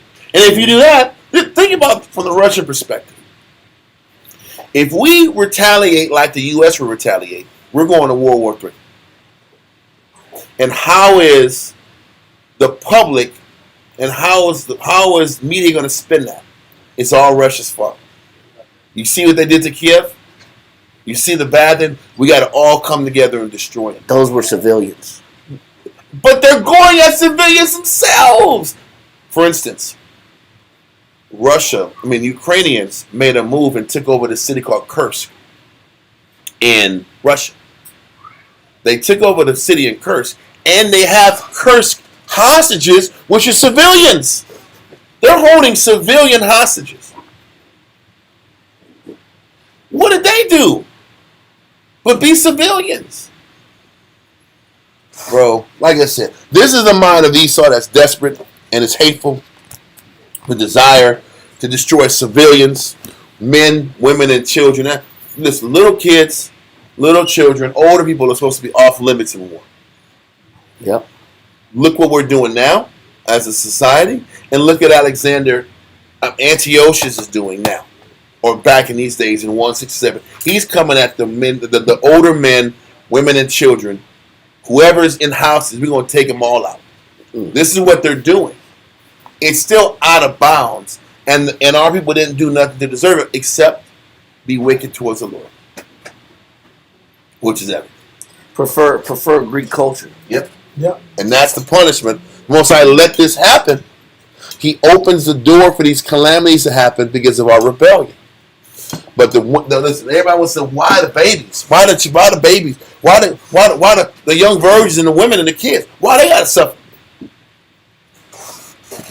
Let's continue. What verse we at, sir, in Maccabees? Okay. 2 Maccabees chapter 5 and verse 13. Thus there was killing of young and old, making away of men, women, and children, slaying of virgins and infants. Children, infants, young people getting wiped out. Read on. And there were destroyed within the space of 3 whole days 80,000. 80,000 were wiped out in 3 days. 4 score. A score is how many? 20. 4 times 20 is 80. 80,000 people. A lot of innocents were just wiped off the face of the earth. Read on. Whereof 40,000 were slain in the conflict, and no fewer sold than slain. And what's crazy is 40,000 were killed in cold blood, and the other 40,000 were sent into slavery. Can you imagine? Which one would you prefer? Getting wiped out and killed, or sent to damn Greece? And they say that the Greeks, the first purpose of a slave initially was used as a concubine. And this is young boys and girls. So you were used as a concubine first. You were purchased as a concubine. Then after you were passed around as a concubine, then you were sent to slavery for work to do labor. Just like today. What do you think is happening with all those immigrants that are sitting back here and being brought over the border? As a young person, it's through sex. Then after you get up a certain age and you're past age, it's working these fields. And that's your life. What do you think it is? They're not all getting killed for adrenochrome. There's others that have to sit back and just be made sex slaves. And then after you're a sex slave, then you got to go and just be a field worker for the rest of your life. That's real. That's real. They're gonna use you up until you die. And the crazy thing is, you sit back and listen to this up now. This has been happening to our people since our fall. In the 1500s, when the Spanish came into power. Yep. If you get a chance, read this book called Open Veins of Latin America. I'm telling you, it's one of the most downer books you're going to read. The whole book is a downer, right? The whole book is a downer.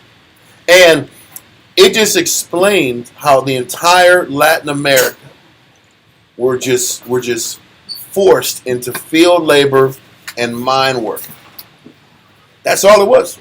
From 1500 all the way to damn near present day.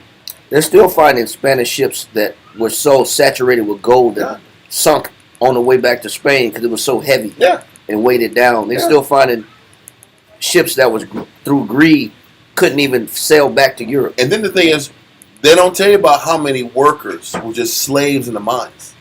You just worked the mine until you died. They said the people, the indigenous people, they didn't even buy food. They just sat back here and lived off of coca leaf or alcohol. They just lived high and drunk to get through life every day. And that still exists. And their bodies were saturated with mercury. If you worked in the mercury, mines, your life expectancy was 3 years. So you gonna work, you'll start working the mine, and then you'll start sitting back here and having the shakes. And that's the beginning of the end.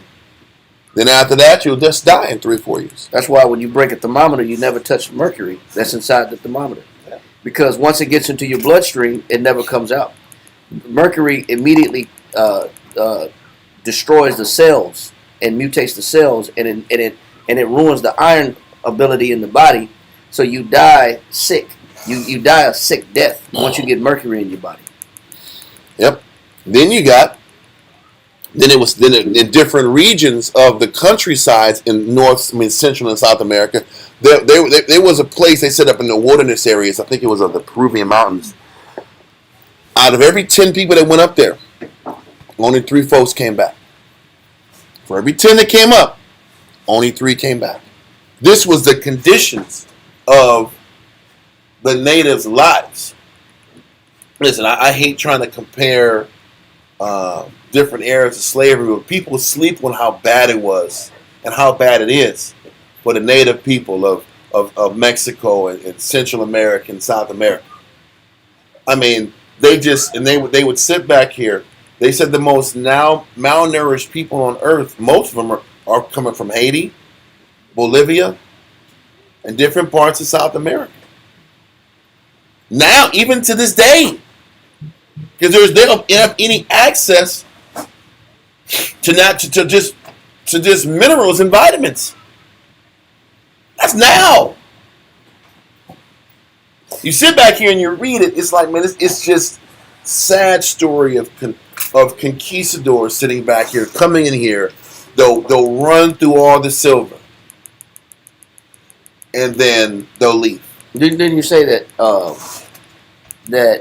they scraped the ground so much that there wasn't even an ounce of silver? There wasn't even silver shavings on the ground when they went through the mines. They took and extracted every sliver and slice of silver out of all the mines.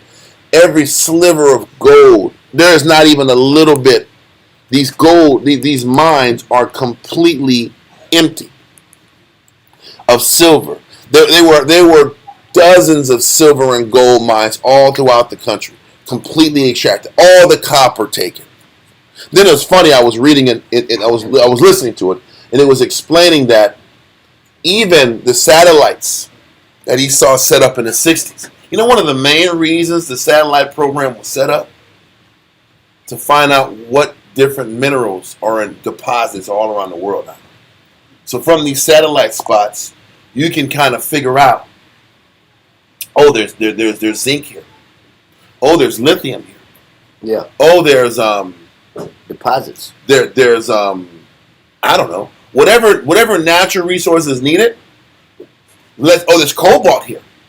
Now let's go to that country and talk to the leader and get him to give us a sweetheart deal on the cobalt. That's how they fucking. It's funny. How do they find out where there's cobalt in Congo? Who in the hell found this out?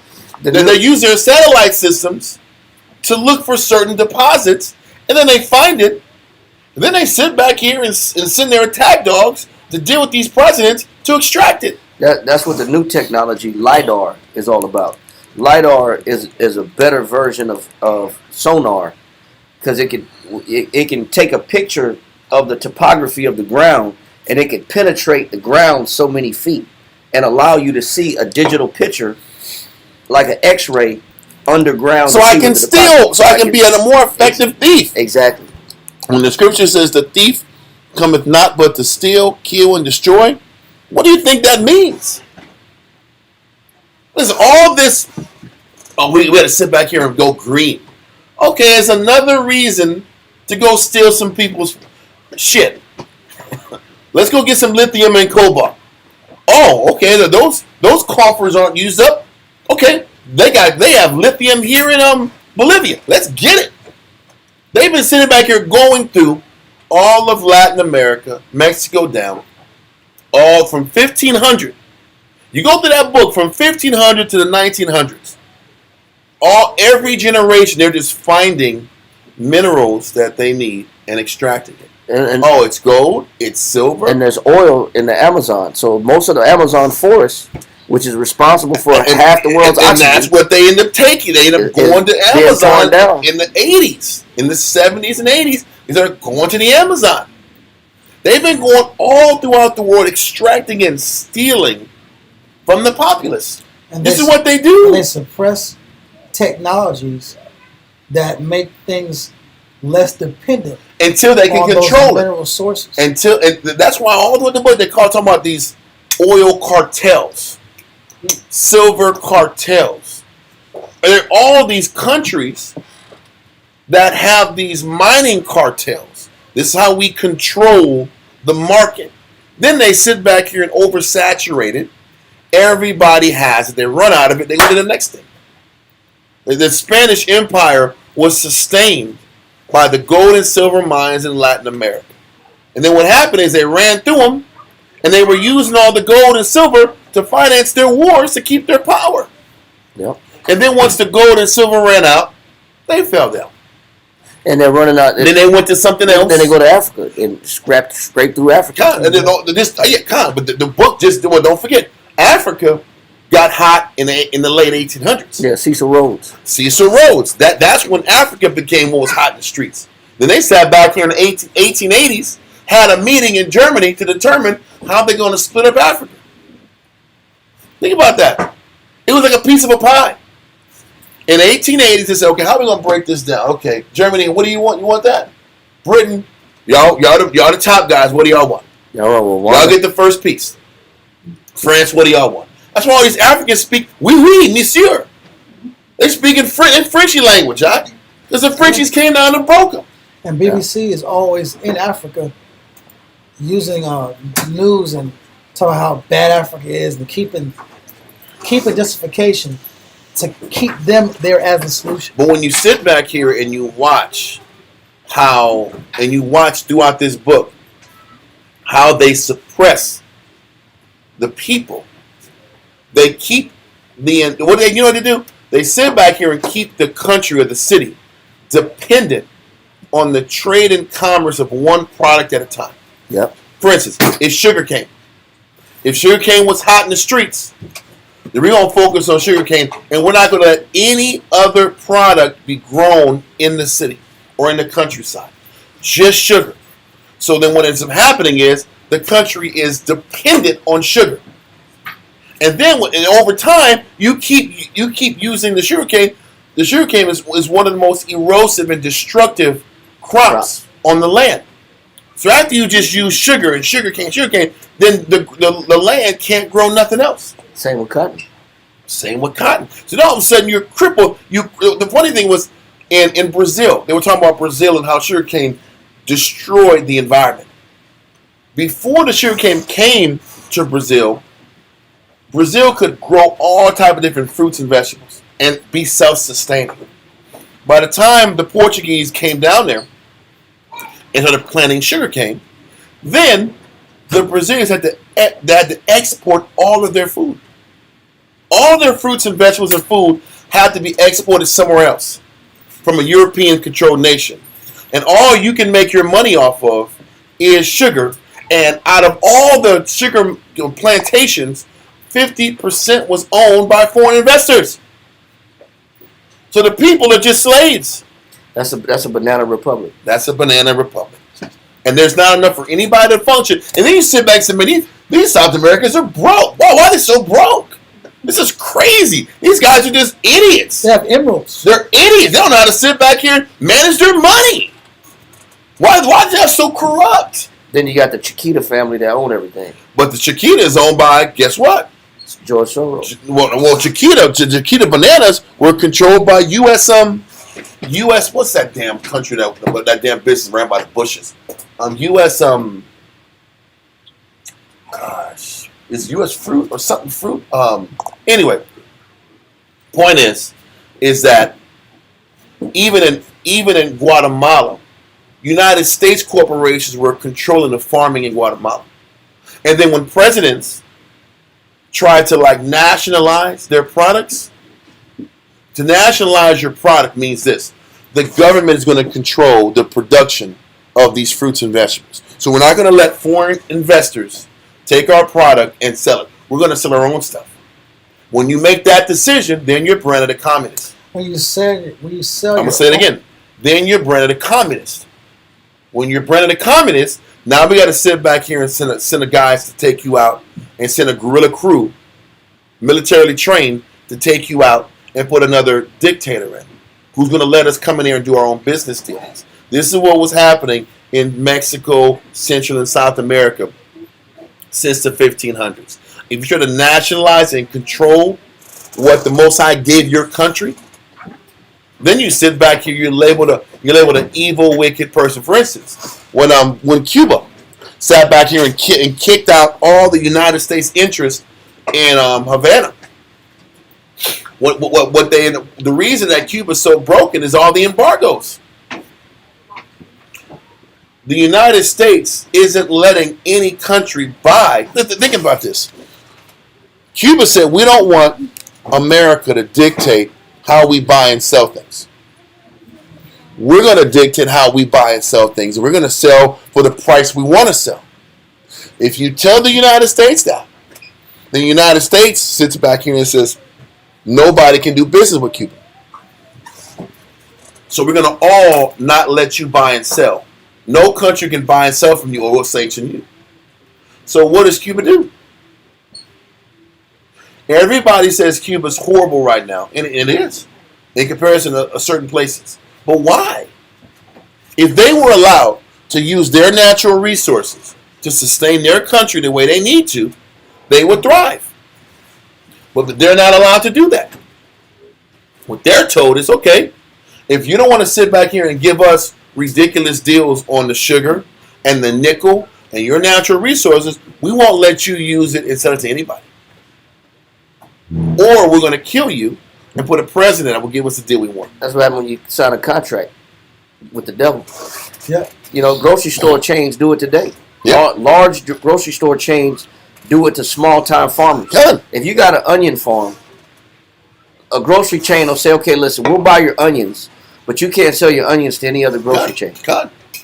You're a slave. Now you're a slave to that grocery chain. You're dependent. You're dependent upon You're it. dependent. And you can only grow this crop on your farm. That's how they do it too. Yep. All I'm saying is, and then when your onions don't produce or look the same, they say we don't like this whole pallet of onions that you brought to us, so we want credit for all this whole pallet of onions, because not all the onions are identical. They don't all have the same color. They don't have the same skin. They don't have the same roundness. So we don't want these onions. Now you got to produce for free a whole nother batch of onions for this. And meanwhile, grocery there's store. a food crisis and people are starving. You don't have any food to eat, but you're throwing away pallet after pallet. You always broke that down. Yeah, because they take the whole pallet, throw it in the trash because it isn't symmetrical, or it doesn't have the same color, doesn't have the same roundness, and so it doesn't look perfect. So we don't want it. Now we got to give. Now you farmed all them onions or whatever your crop is for free, and you got to give us credit for a whole nother pallet. I mean, wonder why these farmers are always going broke.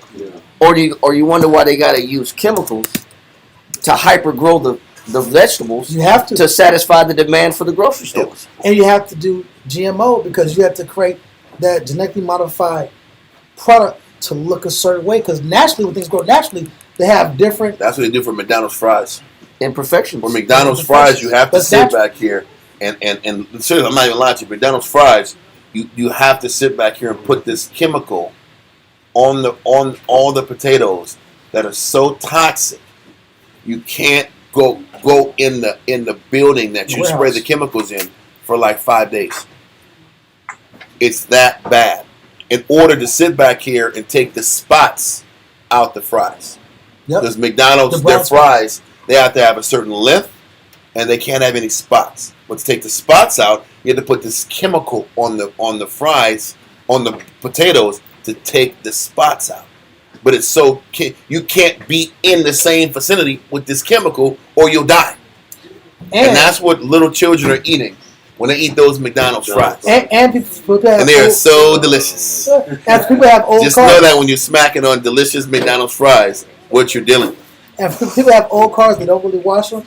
For years, you go and look under that seat, you're going to find a McDonald's fry.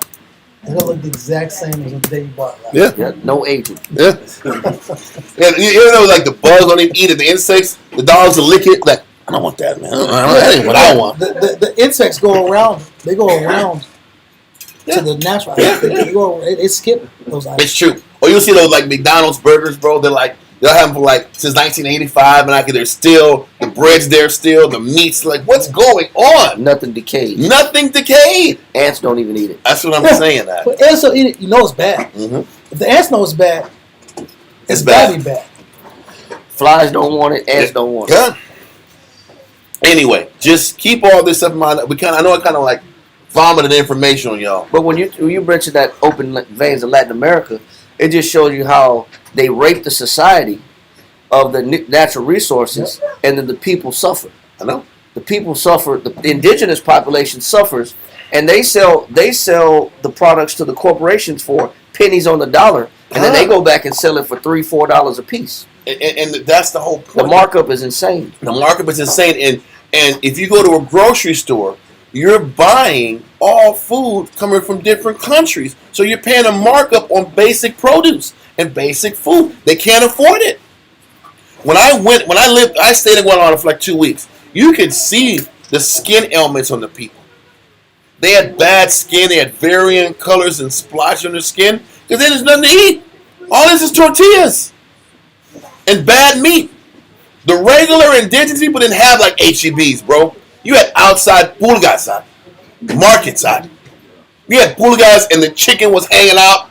Like you walk by, I'm walking around, and I see this chicken that's been there for like 5 hours, bro. Like, bro, this chicken is outdoors, bro, for 5 hours, and flies is then it's flies and flies is touching on them. Like, bro, what's going on? Who gonna take this shit home? Who gonna walk by 6 hours later and say, this is a delicious looking chicken. Somebody hungry? I would like to have this. It's been out there all day long. This is the Central American condition, the South American condition. It's all poverty. But you got to get that Colombian coffee. You got to get that Guatemalan coffee or whatever they produce, or the avocados. Yeah. The avocados, they call it green gold right now. But that's all you go. That's all you can grow. Ain't nothing else there. You don't got enough money to sit back and buy regular produce. And because the governments can't sustain themselves, and they keep putting in puppet governments, it opens the door for cartels and mafias. And cartels and mafia suppress the everyday people besides just the government and the conditions. Because how else you gonna make money but to traffic women and oppress and to sit back and traffic children? What else is the money? Because the people, listen, I tell you what, the people that go with the backpackers, listen, you know what I noticed when I was in Guatemala? There was so many Euro people down there, right? English, Scottish. They're just sitting back here. Esau calls it a what's that? It's a something year. It's a after they get out of high school, right? Yeah, it's after you get out of high school, you get a year off in like European culture To explore. Yeah, to explore, live your life out. And Edomites just go through for the whole year. They just go from Mexico down to South America. And they're just going and partying and taking advantage of the local people, taking advantage of the women. doing whatever they want to do for a whole year. What is it? It's a fallback year or something. Yeah, I don't remember the name, but they just sit back here and exploit the people. They go home and they leave home with like 5 racks and they're just chilling. Yep. And they just sit back here going from city to city, smiling, drinking cheap booze, having fun with women that just need enough to feed their families. And go to the shamans to find out what kind of mushrooms that they're eating. Exactly. And experiment with hallucinogens. It's cool. Hallucinogenics, yeah. To get in the spirit. Just to party. Yeah. This is what happened is the constant exploitation of the people. You go there, there's just little kids all day long. They're asking you for change. All day long. Little kids are just asking and asking and asking and asking. It's nonstop. You know, the first time, okay, yeah, let me get a little man something, man. But when it's like 50th time, it's like, bro, this is every day. This is their life. This is their hustle. I went to Mexico one time and was at the stoplight, and in front of the hood, I just saw feet, hands, feet, hands, feet, hands, feet, hands, and then feet, hands, feet, hands, feet, hands, feet, hands. Then I look, and then it's a kid doing cartwheels for money, but he's doing it barefoot at every stop. A stoplight is like at least 30 seconds. But how many flips are you doing barefoot all day in the hot sun, back and forth in front of every single car, in front of every single light, all day long? He has to average at least 50,000 flips. Yeah, cartwheels. Yeah, for some money. He's just doing flip after flip after flip. And what Flip country after. is This is Mexico. Wow. But it's just you got to get creative. You got to do find something. a way to get attention. You got to find a way to get some change, get some money. And then the prostitution rates are high. But the funny thing is, that's been happening since the 1500s. This one was blowing my mind. It's still happening.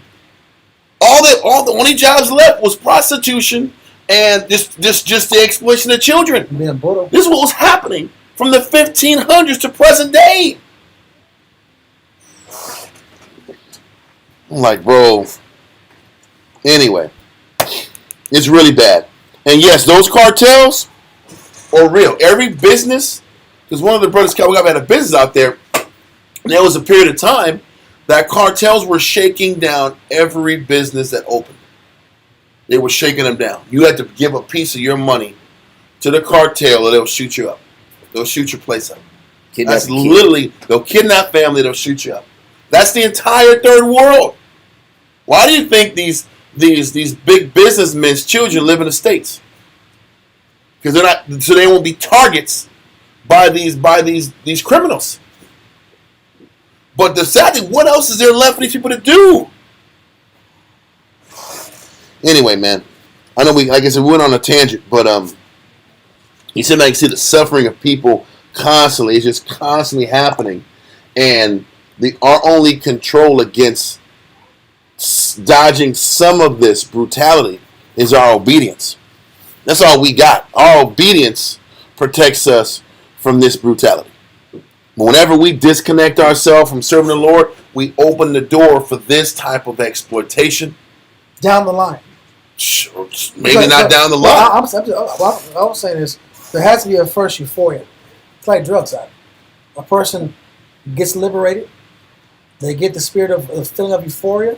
And then they have to deal with all the consequences after the euphoria. So Israel wants to leave the Most High, tap into idols, tap into foreign gods. They want to enjoy the euphoria of that, which is the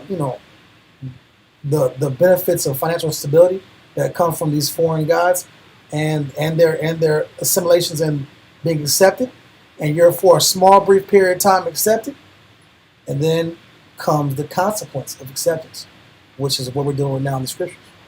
And the consequences is generates the suffering.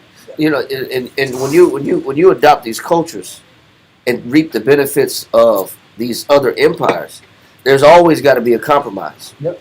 You're going to compromise a part of you somehow or another, whether it's your religion, whether it's your dietary law, your dress code, or even what you consider legal or illegal. Something has to be compromised in order to benefit from the other nations and what they have to offer you. Something has to be compromised.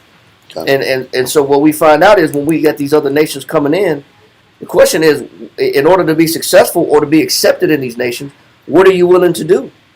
What are you going to do to be accepted? What part of your body are you going to give up, or what part of your spirit are you going to give up to be accepted? Because it costs something. Everything comes with a cost. Yep. Transaction. It is a transaction. So where are we at? We were about to read verse 15. Read that. 2 Maccabees chapter 5 and verse 15. Yet was he not content with this, but presumed to go into the most holy temple of all the world. So after 40, then now I remember why. After 40,000 people were killed and 40,000 people were sent into slavery, he didn't stop there. Now he goes to the temple and completely loots it and takes all the gold and silver from it. Read on. Menelaus, that traitor to the law and to his own country, being his guide, and taking the holy vessels with polluted hands and with profane hands, pulling down the things that were dedicated by other kings to the augmentation and glory and honor of the palace, he gave them away. Of the place, he gave them away. So pretty much, Menelaus gave all the gold items to Antiochus. He sits back here and completely pillages the temple and bounces. After 80,000 people were either killed or taken away out of their homes. Read on. And so haughty. So this is why it showed you how it says how vile a person Antiochus was. Okay, read on. And so haughty was Antiochus in mind that he considered not that the Lord was angry for a while for the sins of them that dwelt in the city, and therefore his eye was not upon the place. So this is what happens when the Most High's eye isn't on you. When the Most High's eye isn't on us, this type of level of slavery and persecution and just familial hell from generation to generation occurs when the Most High's eyes isn't on you. So what the verse is saying is that Antiochus wasn't considering that this was a temporary thing, which means Antiochus' thinking was, I want to wipe out this entire city. My goal is to wipe out as many Jews as I can and break them. His intentions wasn't short term. His intentions was long term. So after this first 80,000 people were killed or subjected to slavery and the temple was eradicated, he leaves and goes back home. It's still 167 BC. He starts setting up plans and ideas and laws that further make the condition of the Jews even worse that remain there. Well, let's continue. For had they not been formerly wrapped in many sins, this man, as soon as he had come, had forthwith been scourged and put back from his presumption. So he says, if we weren't wrapped up into so much sin, the Most High would have sat back here and smashed Antiochus as soon as he stepped forth into the city. But because we're wrapped in and want to be like Greeks, he let Antiochus run his course. It's just like us. And in Israel, whether it's Judah or all the 9.5 tribes, we were wrapped up in our sins. If we weren't sinning, then the conquest by the English and the Spanish and the Portuguese would never have happened. Well, because we were sinning, he let it happen. Read on. I just want to bring this point up. It says, Greek traders buy slaves as they would buy merchandise. It says, and offer them for sale at Chios, Delos, Corinth, Aegina, Athens, and wherever else they can find purchasers. Slave dealers at Athens are among the riches of the Medics. In Delos, it is not unusual for 1,000 slaves to be sold in a day.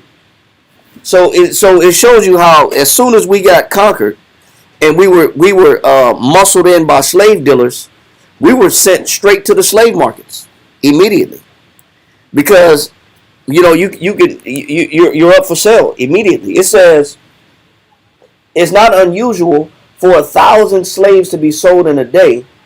He says Simon, after the battle of Eurymedon, puts 20,000 prisoners on the slave market. So after every single raid of a city, anybody that they could find that they didn't kill, they immediately was rounded up and sent to a slave dealer in a slave market to be sold and be put on an auction block for merchandise.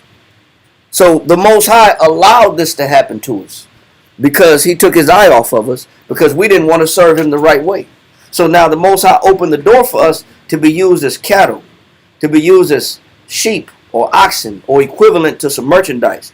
That means our value diminished in the eyes of the Most High.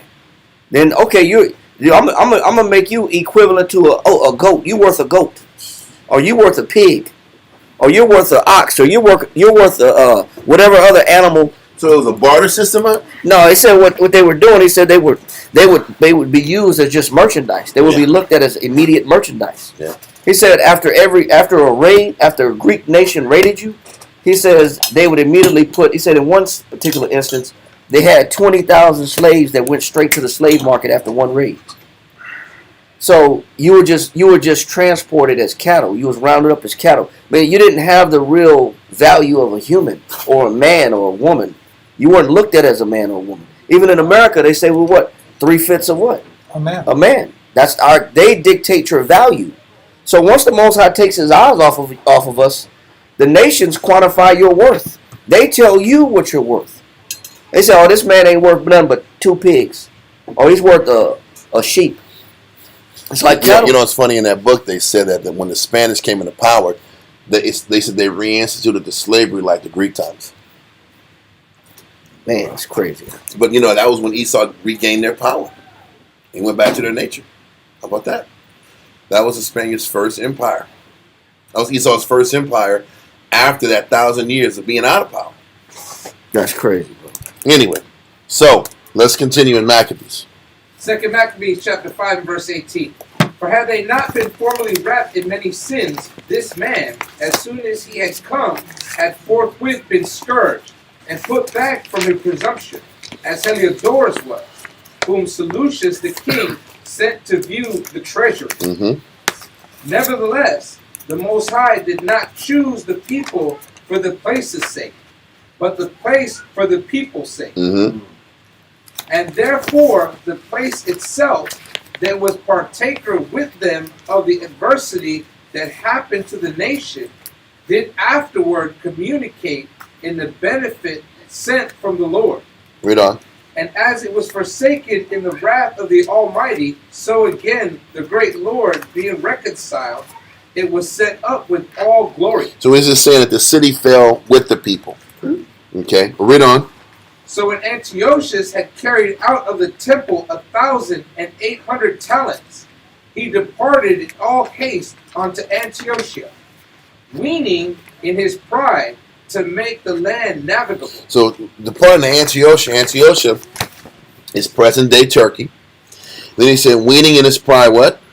Weaning in his pride to make the land navigable and the sea passable by foot. So what he's saying is, he's sitting back here and thinking of schemes and plans that are unimaginable and out of his realm of capability to make the land navigable like water and the water to be walked on like foot. These things are impossible. But the impossible is the idea of him being able to destroy Israel and wipe them off the face of the map. That's the impossibilities he's talking about and that he's thinking about. Read on.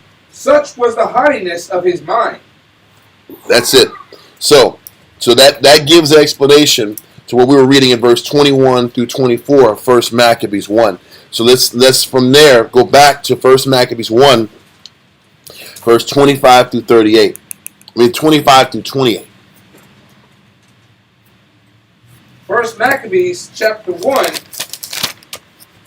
and verse 25.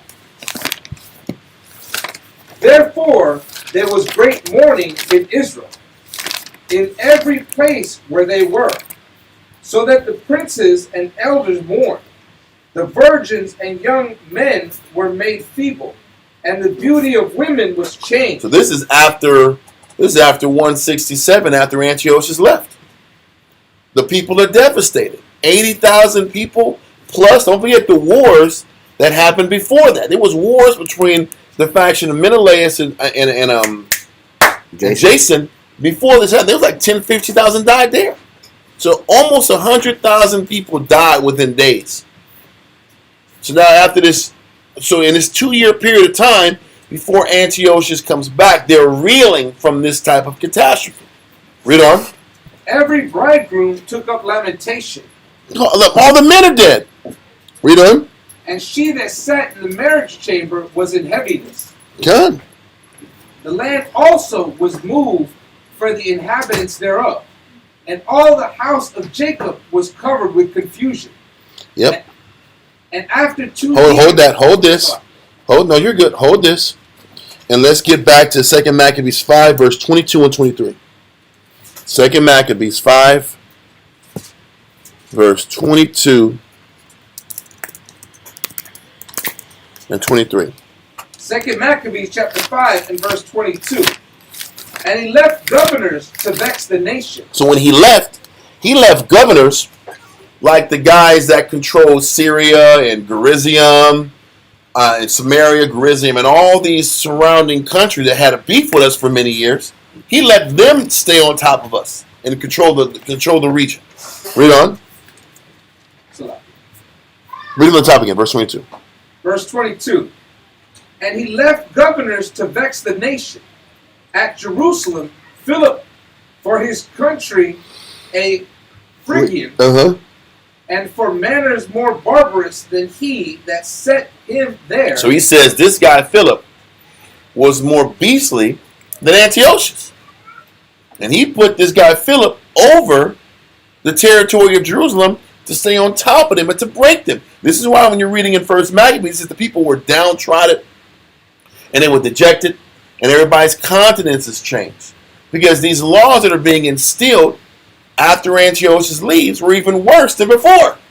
So it's the death of all their loved ones. Now these laws are harsher and out of extreme.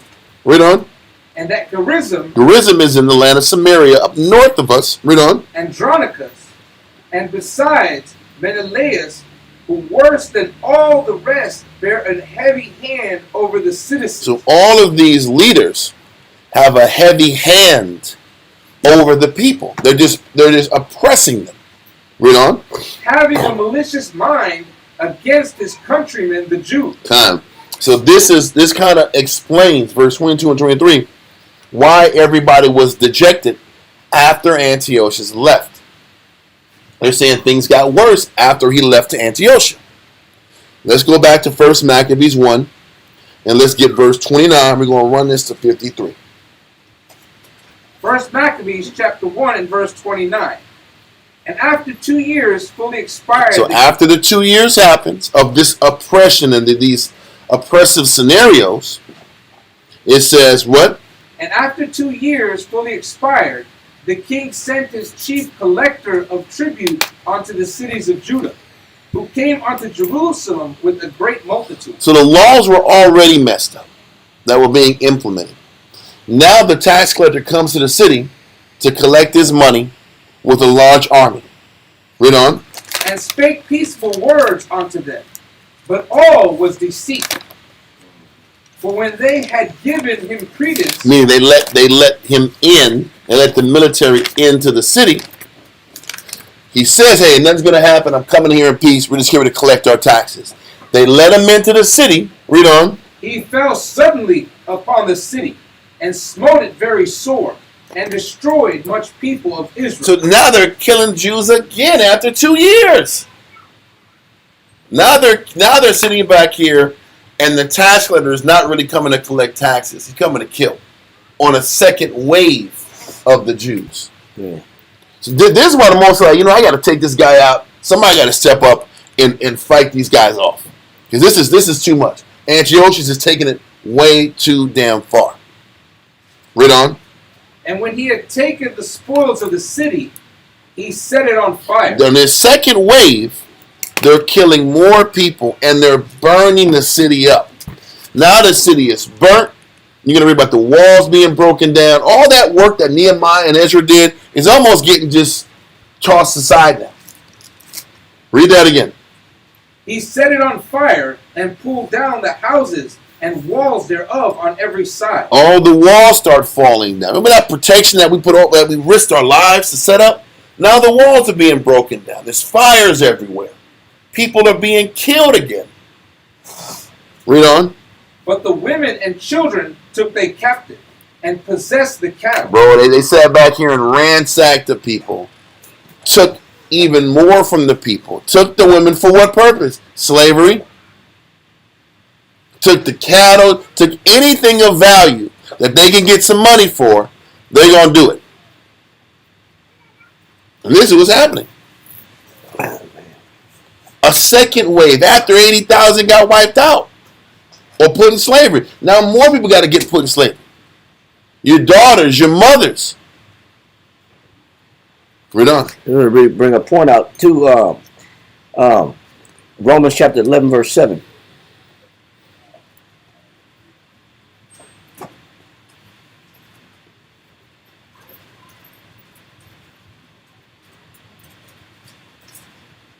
Romans chapter 11 and verse 7.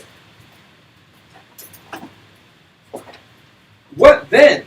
Israel hath not obtained that which he seeketh for? Now keep in mind, Israel at this time, Antiochus came in.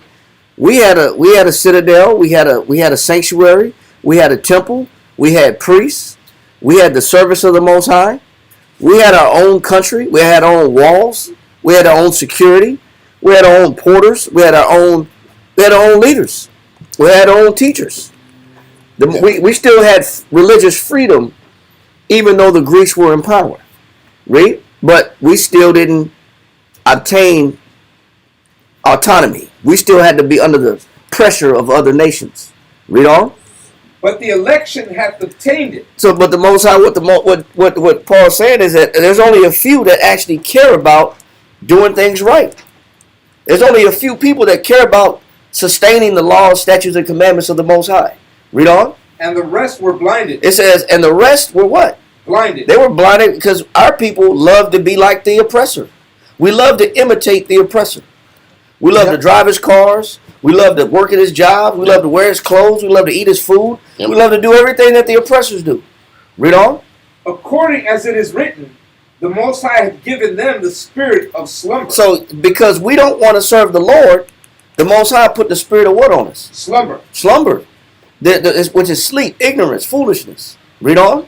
Eyes that they should not see. And we don't know exactly what we're doing. But what we do know is we want to be like the oppressors. We want to imitate the oppressors. Read on. And ears that they should not hear. Go ahead. Unto this day. Go ahead. It says even unto this day, it's no different. You got only a handful of people that actually care about the law, statutes, and commandments of the Most High and trying to live like Christ. Only a small few. Read on. And David saith. And all Paul is doing is repeating what David said about the remnant of those individuals back then. Read on. Let their table be made a snare. So because you want to be like the nations, then let that be your downfall. Because you want to assimilate their culture, then let that be your fall. Read on. And a trap. And let that desire to be like them be a trap to you. Read on. And a stumbling block. And let that be a stumbling block. So because we didn't want the Most High, then you want the nations, then you can have every aspect that the nations bring. And when you want, you got the nations. And when you wonder why your son is wearing dresses, and you wonder why your daughter's looking like boys. Yep. But this is what you asked for. Because you wanted what the nations had to give. Now it's a trap to you. Read on. And a recompense unto them. He says, and that's your reward for not being dedicated to the Father. Your reward for wanting to adopt and assimilate and be like the nations is you got all the corruption that comes with it. Read on. Let their eyes be darkened. Go ahead. And you know what that eyes be darkened is? Now you chose wrong. Now you let these Greeks in. Yeah.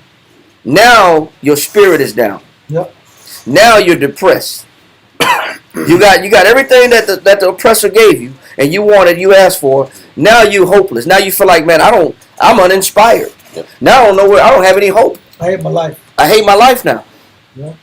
Now my eyes are darkened. Now I don't got no hope. Read on. That they may not see. Go ahead. And bow down. It says, and also since this is what you wanted, he says, like David said, he said, then bow down what? Bow down their back always. What does it mean when you brought a bow to your back over always? What does that mean? What does that mean? What's the visual of it? Well, that you got to bend over backwards now and stay that way. What are you then classified as when you're forced to bend over backwards all day long? You're a slave. Since this is what you wanted, then the Most High said this is what you should have. This is what David said. Then this should be your reward. Since you want the nation so bad, then you're going to be a slave to them from this point on. Then work for them from this point on. Because you didn't want the Most High. Yeah, so you said we want to be second-class citizens. We chose this. We wanted to be like the Greeks. So here comes Antiochus giving us everything that the Greeks have to offer. And now we got to suck it up. And now we got to eat this lifestyle. And now we read now about that second wave coming in of the Greeks giving us exactly what we asked for. Yeah. And it was It's constant, steady doses. It was a very controversial statement that Kanye made about 2 years back. He got really offended about it, about slavery being a choice. But biblically, it's correct. Yeah. It's a choice because we didn't choose the Most High. That's why it's a choice. Not because we just love getting beat on in it. Yeah. Well, Israel's a homeborn slave love too. picking cotton. It ain't that either. Yeah. But yeah, I get the point out. Huh. Where are we at? Back on Maccabees, first Maccabees? Yes. Chapter 1, verse 33. Okay. The women and the children were made captive again. Just when you want to rebuild your life and reset up 2 years later, everything gets flipped upside down again. 33. First Maccabees, chapter 1, and verse 33. Then builded they the city of David with a great and strong wall. So what Esau did is they destroyed it. They got all the people out. They gentrified it out. Yeah. They gentrified it out. Yeah. They sat back here and got all the niggas out of the city again, and then they clean it up out. Come clean Get all it niggas up. out of the east side. They got all niggas out of the east side New out. Harlem. Then we sit back here and we put now they gonna build the walls. Why you gonna build the walls? You just tore them down. This is the Dowanini district. Yeah. They have dog shops. It's Dignity. Dignity. Yeah, Dignity. This is Or they say Dinwiddie. Yeah, Some Dinwiddie. people say Yeah. Dinwiddie. It's dog parlors. It's never been It's important. cupcake My shops. family's from the east side. Cupcake That place shop on is- the east side. That's never been important. That place has never been important like that. Kinda. Yeah, Dog. What is it? Dog grooming coffee spots. shops. Dog grooming spots on the east side. Get outta here. Niggas ain't bringing their dogs getting groomed. I They're barely getting shots. They're barely getting shots. What are all those Pedro de Calles running around the street on the east side? They live their life. They Listen, Yeah. they're not getting groomed out. have to live too. Anyway, yes. So Jerusalem is getting gentrified as we speak. Read verse 33 again. This is what's happening, huh? Verse You 30. destroy it, you kick all the people out, put them in slavery, then you put high rises out, luxury homes out, condos out. Condos. Condominiums in Jerusalem out. Sweets. That's what I'm saying. Read on. Verse 33. Then builded they the city of David with a great and strong wall, and with mighty towers. It's towers, huh? You're getting skyscrapers, huh? Yep. Skyscrapers in the city, huh? Read on. And made it a stronghold for them. And what they did is they made Jerusalem a stronghold for the Greeks. We're gonna turn to so this is what Antiochus was doing. When he left and went back to Antiochus, he was focused on what can I do with that city. I'm gonna take these niggas out, run them out, and build towers and make this a citadel, an impenetrable citadel for our military. Yep. Because think about it, on three sides it's damn near impenetrable. Even when the Romans took it out years later, they said, man, I don't know how we did it. It was meant to be by the gods for us to win this. Because we wouldn't have won this if it wasn't the God's will. That's literally what General Titus said. Because he's not stupid. He knows war.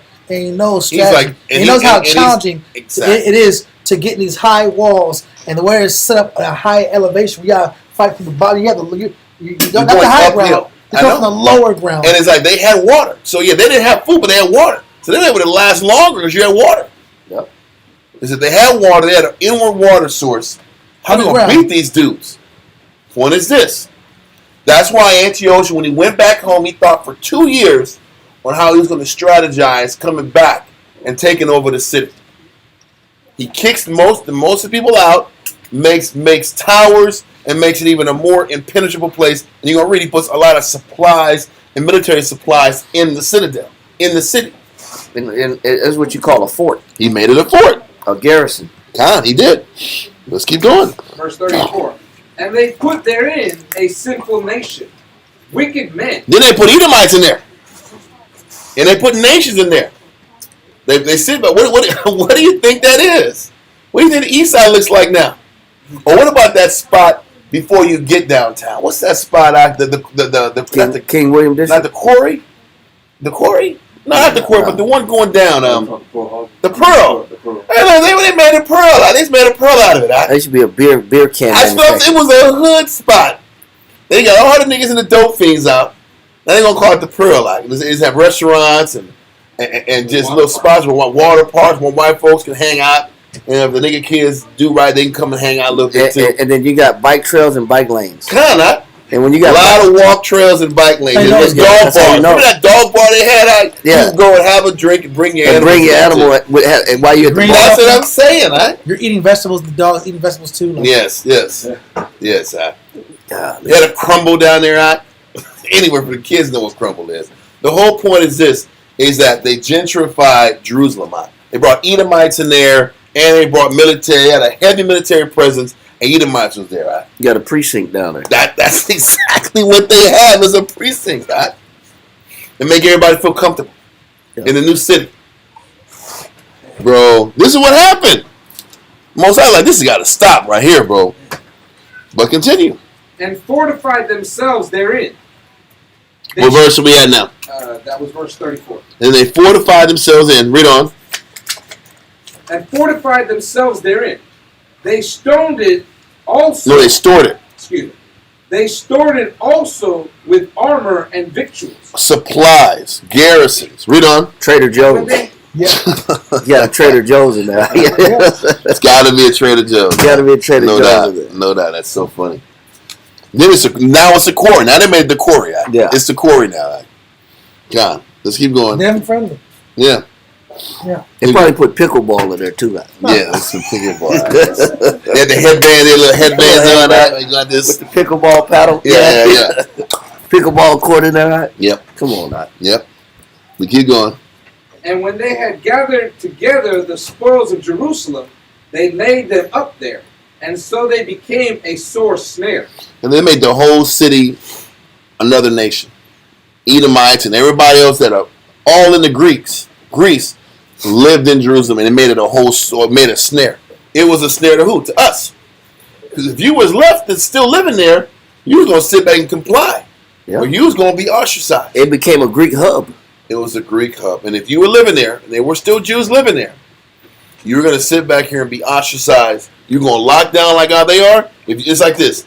If you're living near the quarry, you're going to be able to blast music and do what you want to do. Yeah, no. And you ain't blasting no music.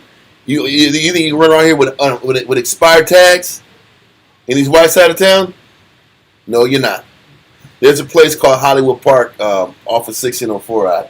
If you drive into that area, you are getting stopped. If you're black and you drive in Hollywood Park, you're getting stopped. I don't give a damn where you are. And the way they set it up is they don't want you to go into the neighborhood because they don't give you any ways out. So you got to sit back. You're just getting lost in the neighborhood. They go whoop whoop. They'll stop you. What's going on here? Oh, I was just trying to get out. Hey, you want to go this way? They don't even want you to go through the neighborhood to find, because there's a way to get out, but you got to do a whole lot of driving, and they don't want that. It's called Hollywood Park. Go in there if you choose, but I tell you, you go in there, bro, you will get stopped at. And don't be driving dirty when you go in there, bro. There will be a problem. Get your car towed. You'll get your it's not just a ticket now. You're getting towed, bro. You're getting some stern conversations. But that's Esau. That's how it is. But continue, man. Verse 36. I don't have a car that's like past its prime. They don't have a car that was in the 90s out there. Like, you better have a car that got like messed up paint, old paint job by. Like, what are you doing here? Well, why do you get this rusty bucket? You got a car with hubcaps on it. Nah, we got to stop this guy. That same part, me and my friends used to play basketball at. Yeah. And it only lasted for like 2 months. They took the course down. I know that. They're like, no. You know what? There was an element coming. There was an element. They'll call it an element. They're getting that element out of there. I'm telling you. They are for real. They took the course down. I know. You know what I'm talking about. Hollywood Park is no joke. They have their own little police unit that this patrols out. I bring my boys out, roll the windows down. Y'all check out the deer. Yeah. You're the deer too. You're the prey too. Yeah. Well, let's God, continue. it's crazy. Verse 36.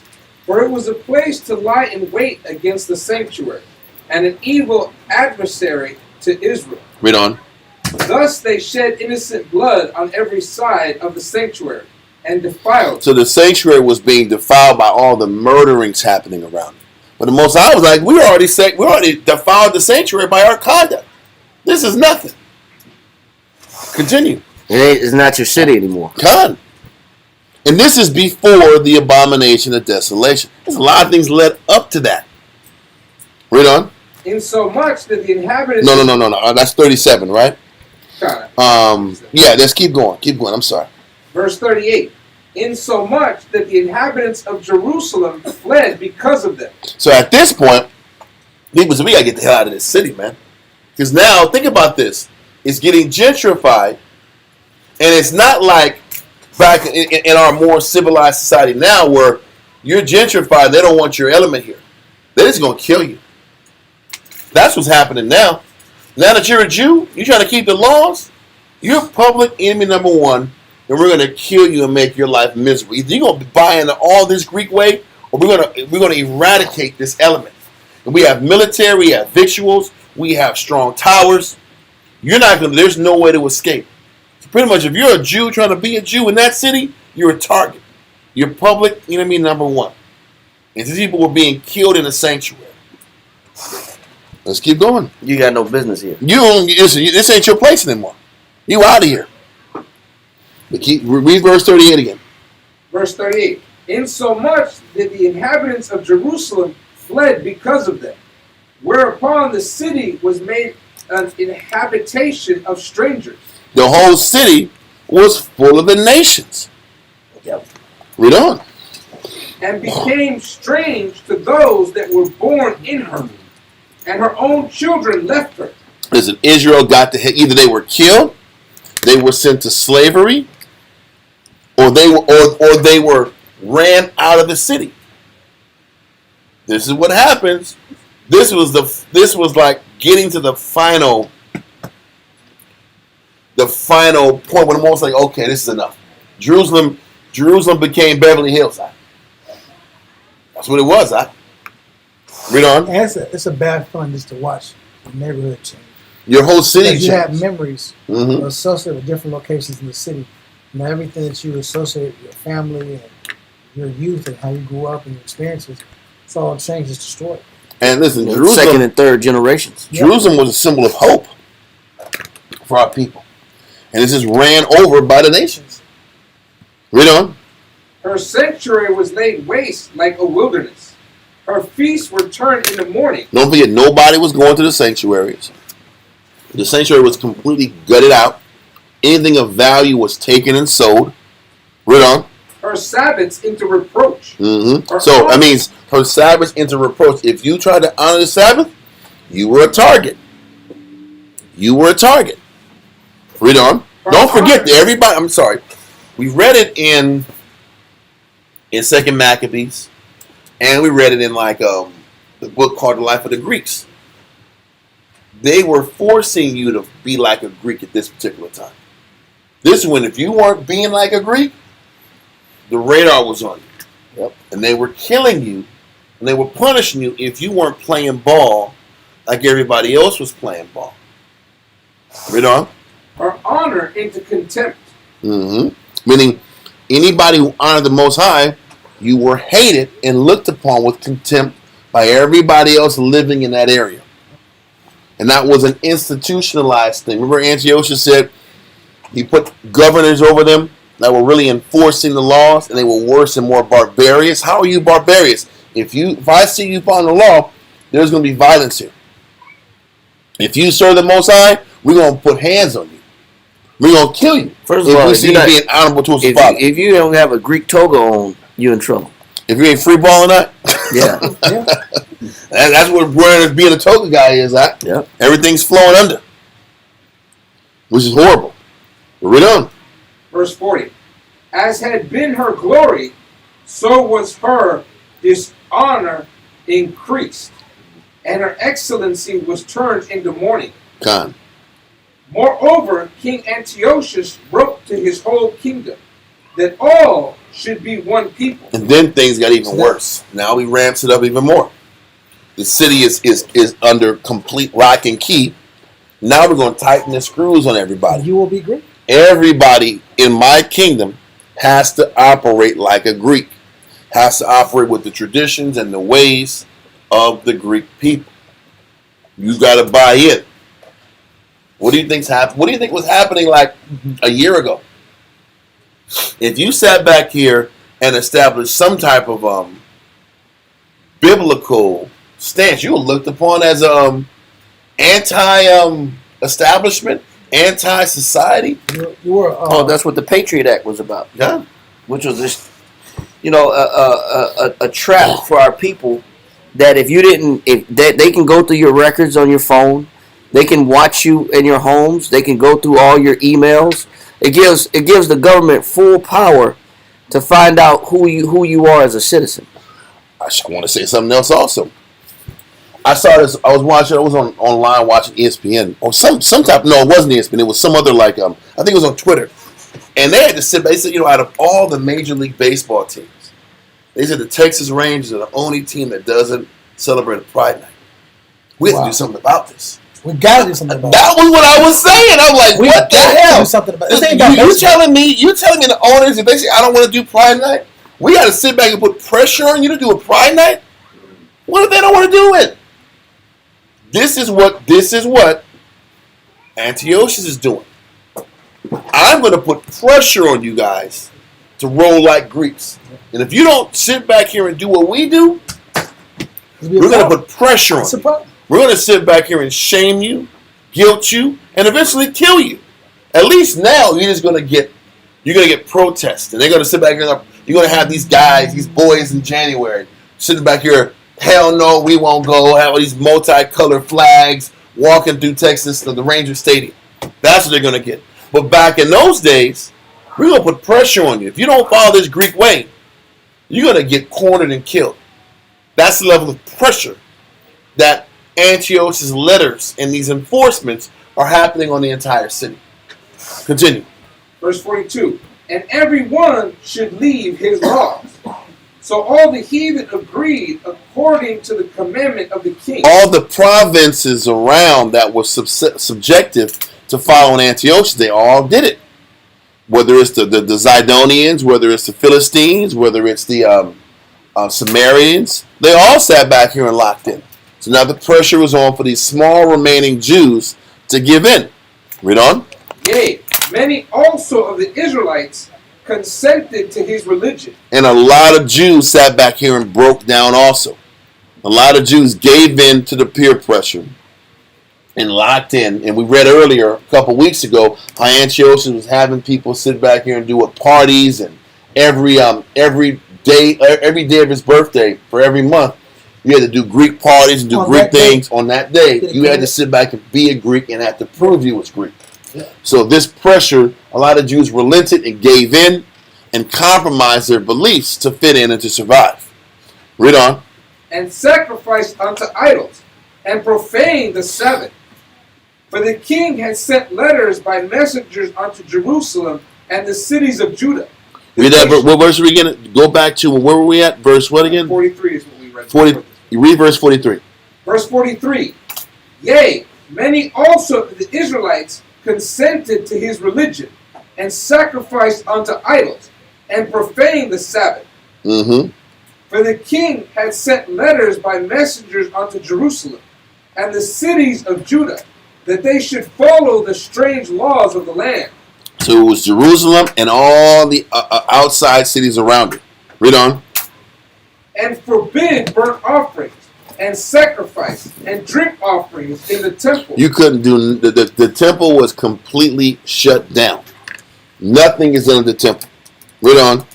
And that they should profane the Sabbaths and festival days. Mm-hmm.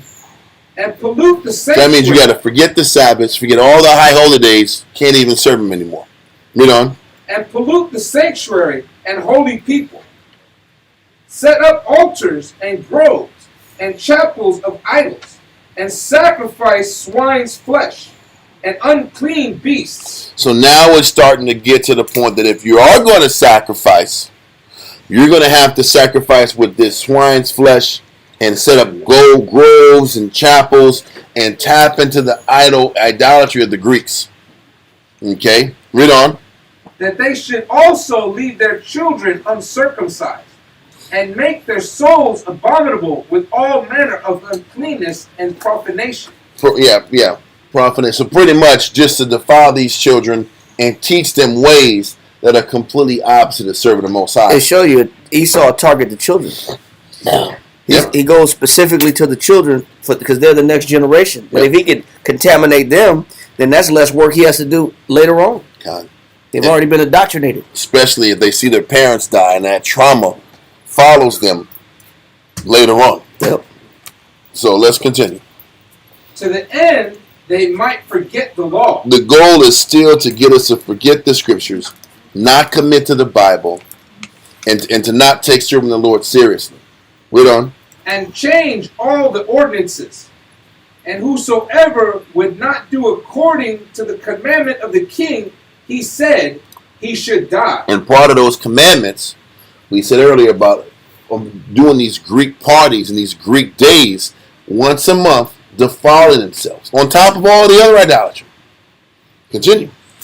In the selfsame manner wrote he to his whole kingdom, and appointed overseers over all the people, commanding the cities of Judah to sacrifice, city by city. So what he's saying is he hired special guys to patrol all the cities of Judah to make sure these guys were getting defiled. He had a you-know-what on for the Jews.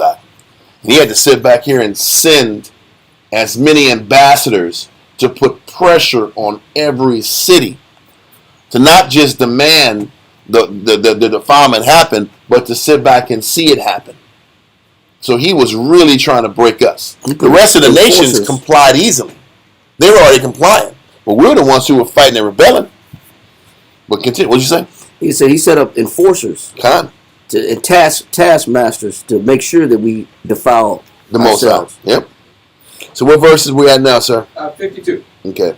First Maccabees chapter 1 and verse 52.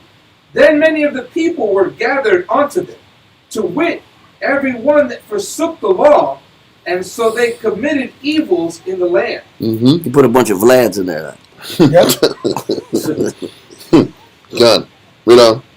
And drove the Israelites into secret places, even wheresoever they could flee for succour. So what ended up happening is the few remaining Jews, and once again, Jerusalem was already squeezed out.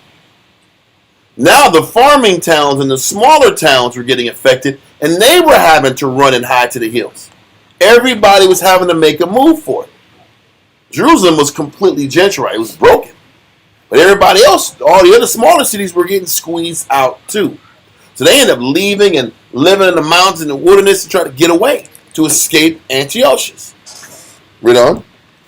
Now the 15th day of the month Casliu, in the 145th year. So what's happening in the 15th day, which is in the 9th month, which is Casliu, is the 9th month of the year. 15th day, and this was 165 BC. This was still in between that second year period when Antiochus got into power. I mean, when he came back the second year. So 165 BC, 9th month, 15th day. Read on. They set up the abomination of desolation upon the altar. Then when they made it official, they went all the way up to the temple again that was shut down. They reopened it, but they reopened it, christening it with what? Swine's flesh. Don't forget, for a period of time, it was already shut down. The temple was shut down. Now they're reopening it. Read on. And builded idol altars throughout the city of Judah on every side. So they sat back here, and they used the temple as the beginning of pushing idolatry at the same spots where we were actually going to serve the Most High. So initially, they shut down all the temple locations. They initially shut down the temple locations. Now they're reopening up, having to serve idols and having to sit back and sacrifice swine's flesh in Jerusalem and all these other cities. So when you hear about what Mattathias did, he was one of the few guys that stood up. The other guys were just breaking and giving in. Like in Jerusalem and other cities, they were giving in. Continue. And burnt incense at the doors of their houses and in the streets. So this is when all of a sudden now the idolatry was getting systematic and getting organized. And now the Jews were going to sit back here and getting put in position to where they were being forced to go to the temples and completely defile the Heavenly Father. You see how it was like, it was a gradual build of defilement? It was a gradual build of defilement. And this last situation was the last straw. When all throughout the cities and provinces, all the priestly places, all the altars, all the altars were being put in a scenario where the swine's flesh was being burnt and killed. It was forced. Everywhere in the city. Okay? Continue. Oh, what verse are we at now? Verse 56. Whoa. We went a little bit further up. Let's go back to 53. No, you're good. We're good. Everything's okay. Read 56 again. First Maccabees chapter 1 and verse 56. And when they had rent in pieces the books of the law which they found, they burnt them with fire. So then they sat back and burnt all the law books. Whatever they can do to get us to forget about the Most High, they went at our visuals. The temples now are idol temples. The temples that we looked at serving the Most High are now idol temples. Now all the Bible books are being destroyed. You got Zeus in a temple. Our whole way of life is being flipped upside down. Systematically. Okay? And we're getting beat into submission to get us to serve these idols. Read on. And wheresoever was found with any the book of the testament, or if any consented to the law, the king's commandment was that they should put him to death. So if anybody had a book, the Bible, the law was the new law was to kill them. Read on. Thus did they by their authority unto the Israelites every month, to as many as were found in the cities. So it says, thus did they by their authority unto the Israelites every month. Yeah, red is cool, right? Rebel, man. I'm not mad about it. Doesn't taste that good. Let's continue. You clowning. Hey, I did have a question, Warford. This is a serious question. I need the energy anyway. At this time, we're being killed for having the book, but at one time, we're being paid to give them the book. God. It's a complete... What do you mean being paid to give them the book? Remember, all the priests came down? Yeah. Oh, yeah. Yes. And we were paid $1.2 billion in gold to understand the Bible, to learn the Bible, and to translate it from Hebrew into Latin. Greek and Latin. When we not Latin, it's Greek. Okay, Greek. When we were in order as a nation, the Septuagint was created, which is preserving all the scriptures. Yeah. And now, down the line, we get out of order. And now if you have a Bible, if you have a book, if you have a scroll, you're being put to death. Yes. It's a complete... And that deterioration is based upon our lack of appreciation for what the Most High gave us. It's that simple. Let's continue. And I'm going a little fast. I'm only going a little fast because I want to attempt to finish this chapter out. Because for those of us who's been listening week to week, we've been going over this for a long time. So today we're just trying to give a quick summary of the entire Greek Empire and explain how the Greek Empire rose and fell, and how our wickedness put us in a position to be taken over and exploited by Antiochus Epiphanes. Okay? Hello, how you doing? But let's continue. Verse 59. Now the 25th day of the month. What verse are we at again? I got a little lost for a second. 50 what? First Maccabees chapter 1 and verse 59. So First Maccabees chapter 1 and verse 59 in the Apocrypha. So now we're getting back into these specific dates. Let's keep going. Now the 25th day of the month they did sacrifice upon the idol altar. So what are they saying? What they're saying is on the 15th day, 9th month, was when they started setting up the actual sacrifices. The 25th day is when they actually did the actual sacrificing of the swine on the altar.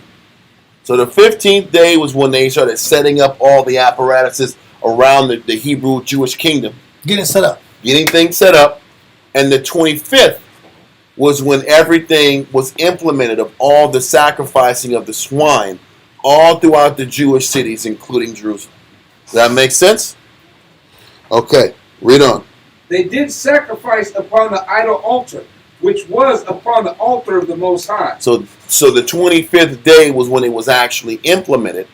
The 15th day was when they were setting things up around the empire.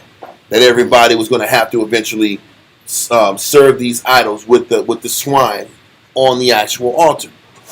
So hold this, and go to Daniel chapter 11 and verse 31. The reason we're going here is we're still, as we're going through the Greek Empire, we still have to tie in how the Bible historically and prophetically talks about the Greek Empire historically. Daniel's 11 talks about all the wars that the Greeks fought amongst each other and how the Jews were affected by these wars. And it gave us 6 Syrian wars, which negatively affected the Jews and all the other nations surrounding the Greek Empire at the time.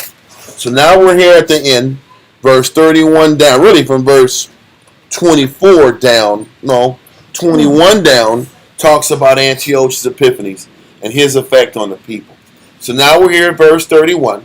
Verse 30 talked about how Antiochus came back after he lost to the Romans with great fervor and great hatred towards the Israelite people. Let's read verse 31. Daniel chapter 11 and verse 31. An arm shall stand on his part, and they shall pollute the sanctuary of strength. When it says, arm shall stand on his part, that means he had a force with him. He had a military force with him as he was sitting back here and about to pollute the sanctuary of the Most High. So what was the first thing he did to pollute the sanctuary of the Most High? The first thing he did to pollute the sanctuary of his strength was for him to grab all the holy items. Grab the holy items himself and take them out the temple, and he sent them to Antiochus with himself. Then he came 2 years later. Then he took away the daily sacrifice. Remember we read earlier in 1 Maccabees 1 that nobody was allowed to sacrifice the Most High anymore. So he actually took the items out the temple. Then he set up governors. Then he set the governors. Then he stopped allowing us to go to the temple to serve the Most High. Then you get down the line with the abomination of desolation kicks in. That's the last thing. So, read verse 31 again. Daniel chapter 11 and verse 31. An arm shall stand on his part, and they shall pollute the sanctuary of strength, and shall take away the daily sacrifice. And they shall place the abomination that maketh desolate. These are 3 different things that happen at 3 different times. The ransacking of the temple, the policy set up that they could no longer sacrifice and go to the temple to sacrifice to the Most High anymore. And then the third phase was to literally sit back here and force everybody to go back to the temple, but to celebrate and give respects to Zeus and offer swine on the temple. 3 different things that he had implemented within a 2-year span of time. Okay? This is what's happening. So let's go to Life of Greece real quick. Page 582. And let's read paragraph 2. I got it. Life of Greeks, page 582, paragraph 2. You want to say shocked by these developments? Yeah, well, this read when Antiochus IV was expelled. All right. When Antiochus IV was expelled from Egypt by Popilius, the news reached Jerusalem in the form of a report that he had been killed. The rejoicing Jews deposed his appointees, massacred the leaders of the Hellenizing party, and cleansed the temple of what they felt to be pagan abominations. So what was happening, just going back, real quick recap, Jason came in, who still had people that backed the high priest Jason. They thought Antiochus died. They came in, went to war with Menelaus, killed a lot of people that were pro-Menelaus, forced Menelaus to hide at the tower, the military tower. He was kind of banished to the tower. But everybody else was wiped out. Jason retook the kingdom. Read on. Antiochus, not dead, but humiliated, moneyless, and convinced that the Jews had obstructed his campaign against Egypt and were conspiring to return Judea to the Ptolemies, marched up to Jerusalem, slaughtered Jews of either sex by the So he was thousands. under the assumption that the Jews wanted to go back to the Ptolemaic Empire. Why? Because they have strong ties with Alexandria. So in his paranoid, delusional mind, he said, I'm not going to lose this country. I'm not going to take another loss. Heard that one before.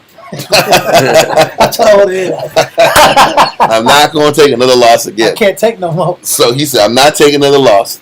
I'm going to sit back and make these people suffer. And this is what he does. Read on. Marched up to Jerusalem, slaughtered Jews of either sex by the thousand, desecrated and looted the temple, appropriated for the royal coffers its golden altar, its vessels, and its treasuries, restored Menelaus to supreme power, and gave orders for the compulsory Hellenization of all Jews. So that right there, the two things are happening at this point. He sits back here and takes all of the gold and the royal coffers from the temple. Then he sits back here and gives orders for the Hellenization of all Jews. For the Jews to be Hellenized, that means no Jew can sit back here and sacrifice on the altar no more. So those two things happen. The temple is pillaged. No more sacrifice on the altar at all. Read on.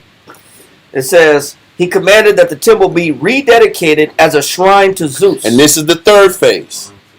The third phase is now the temple is going to be rededicated as a shrine to Zeus. Read on. That a Greek altar be built over the old one, and that the usual sacrifices be replaced with a sacrifice of swine. This is what happened from the 15th day of the 9th month of Caslu to the 25th day of the month of Caslu. The reinstitution of the temple of the Most High being switched to the temple of Zeus. Once that happens, now the abomination of desolation kicks in. But like Daniel chapter 11 and 31 said, the temple was polluted, meaning it was robbed of all of its gold. Then the daily sacrifice was eliminated within that 2-year span. Then they came in and made the temple and changed the temple of the Most High to the temple of Zeus. Let's continue. That's pretty significant. That's significant. Those are 3 moves that were direct spit in the face of the Heavenly Father. That's when another nation beats your belief out of you. You're not allowed to believe anymore. And we're going to make sure you don't believe anymore. That's why it said in 2 Maccabees chapter 5 that he tried to do the unthinkable, was to eradicate us from the map and to completely take away our belief and our heritage from us. He said this was going to be an impossibility, but he tried to set up policies to completely break us. What do you think? What do you think the difference is now? We're sitting back here broken into not believing that we're Jews anymore. The whole whitewashing of our minds is still in effect. But the Most High isn't going to let us be completely whitewashed for now either. Yeah. Let's continue. He says... No. Chapter 1, yeah. Okay, so he says, and that the usual sacrifice be replaced with the sacrifice of swine. He forbade the keeping of the Sabbath or the Jewish festivals, and made circumcision a capital crime. Wow. Throughout Judea, the old religion and its rites were interdicted.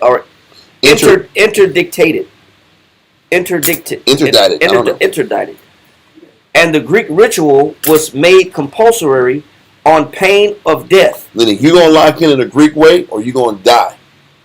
Okay, read on. Every Jew who refused to eat pork or who was found possessing the book of the law was to be jailed or killed. And the book, wherever found, was to be burned.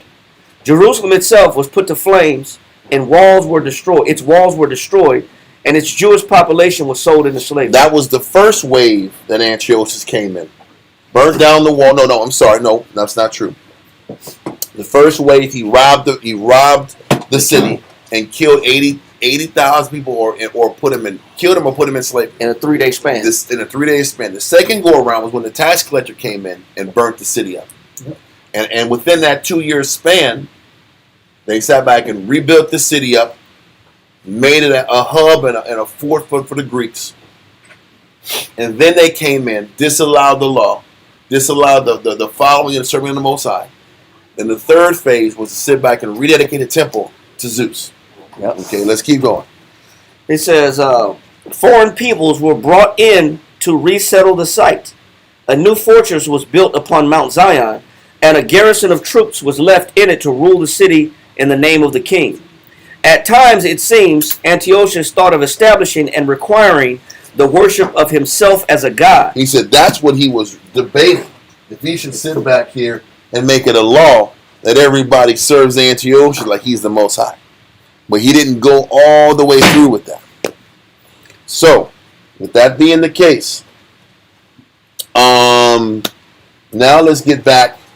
No, hold on, let me see. No, not so fast. Daniel's chapter 8. We're back at Daniel's now.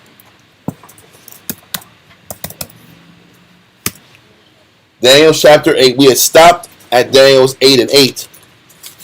Now let's go to Daniel chapter 8 and verse 9.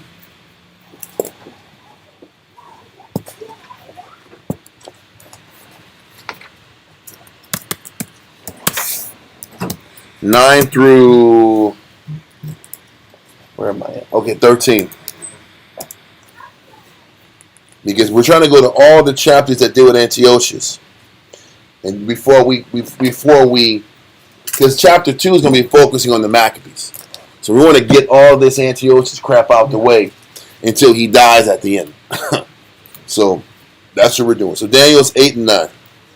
Daniel chapter 8 and verse 9. And out of one of them came forth a little horn, which waxed exceeding great. So this one person that came out of the Greek line, the Seleucid line to be specific, okay, which waxed exceedingly great, towards the south, meaning towards Egypt, towards the east, he sat back and extended his kingdom eastward, and towards the pleasant land, which is Jerusalem. This is where he sat back here and made his greatest impact. Read on. And it waxed great, even to the host of heaven. So his empire was strong for a period of time, to the point that he almost took out the king in the south if it wasn't for the Roman intervention. Read on. And it cast down some of the hosts and of the stars to the ground. So it said it cast down some of the hosts and of the stars to the ground. Read on. And stamped upon them. So those stars that he stamped down on was referring to Israel. Those stars that he stamped down was talking about us. Let's prove that. Let's go to Genesis chapter 37, verse 9 and 10. Can you type that in? I'll be right back. Genesis chapter 37, verse 9 and 10. We're going back to Daniel 8.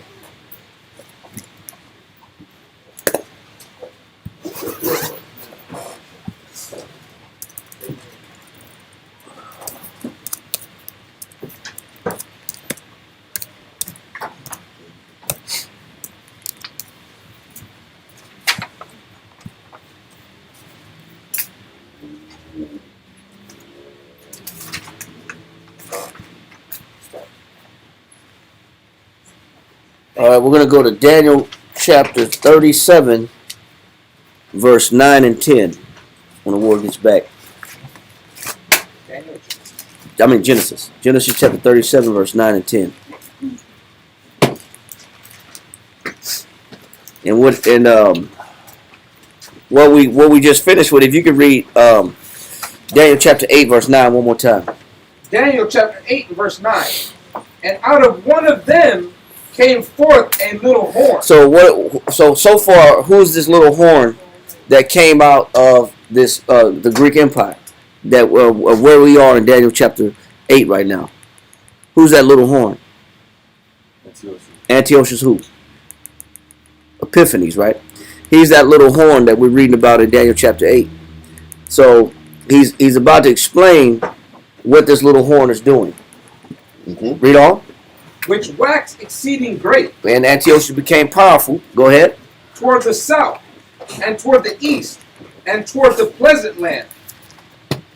And it waxed great, even to the host of heaven. And it cast down some of the host and of the stars to the ground. So we're going to find out what is he referring to. What is Daniel referring to when he saw this vision of the stars being cast down from heaven? Mm-hmm. So let's go to Genesis 37, verse 9 and 10. Genesis chapter 37 and verse 9. And he dreamed yet another dream, and told his brethren, and said, Behold, I have dreamed a dream more. This is talking about Joseph telling his father, his mother, and his brothers about the dream he's had. Read on. And behold, the sun and the moon and the 11 stars were made obedient to me. No, obeisance. It's still obedience, but it's obeisance to me. Yes. Okay, read on. And he told it to his father and to his brethren. And his father rebuked him and said unto him, What is this dream that thou hast dreamed? Shall I and thy mother and thy brethren indeed come to bow down ourselves to thee to the earth? So the other 11 tribes were referred to as stars.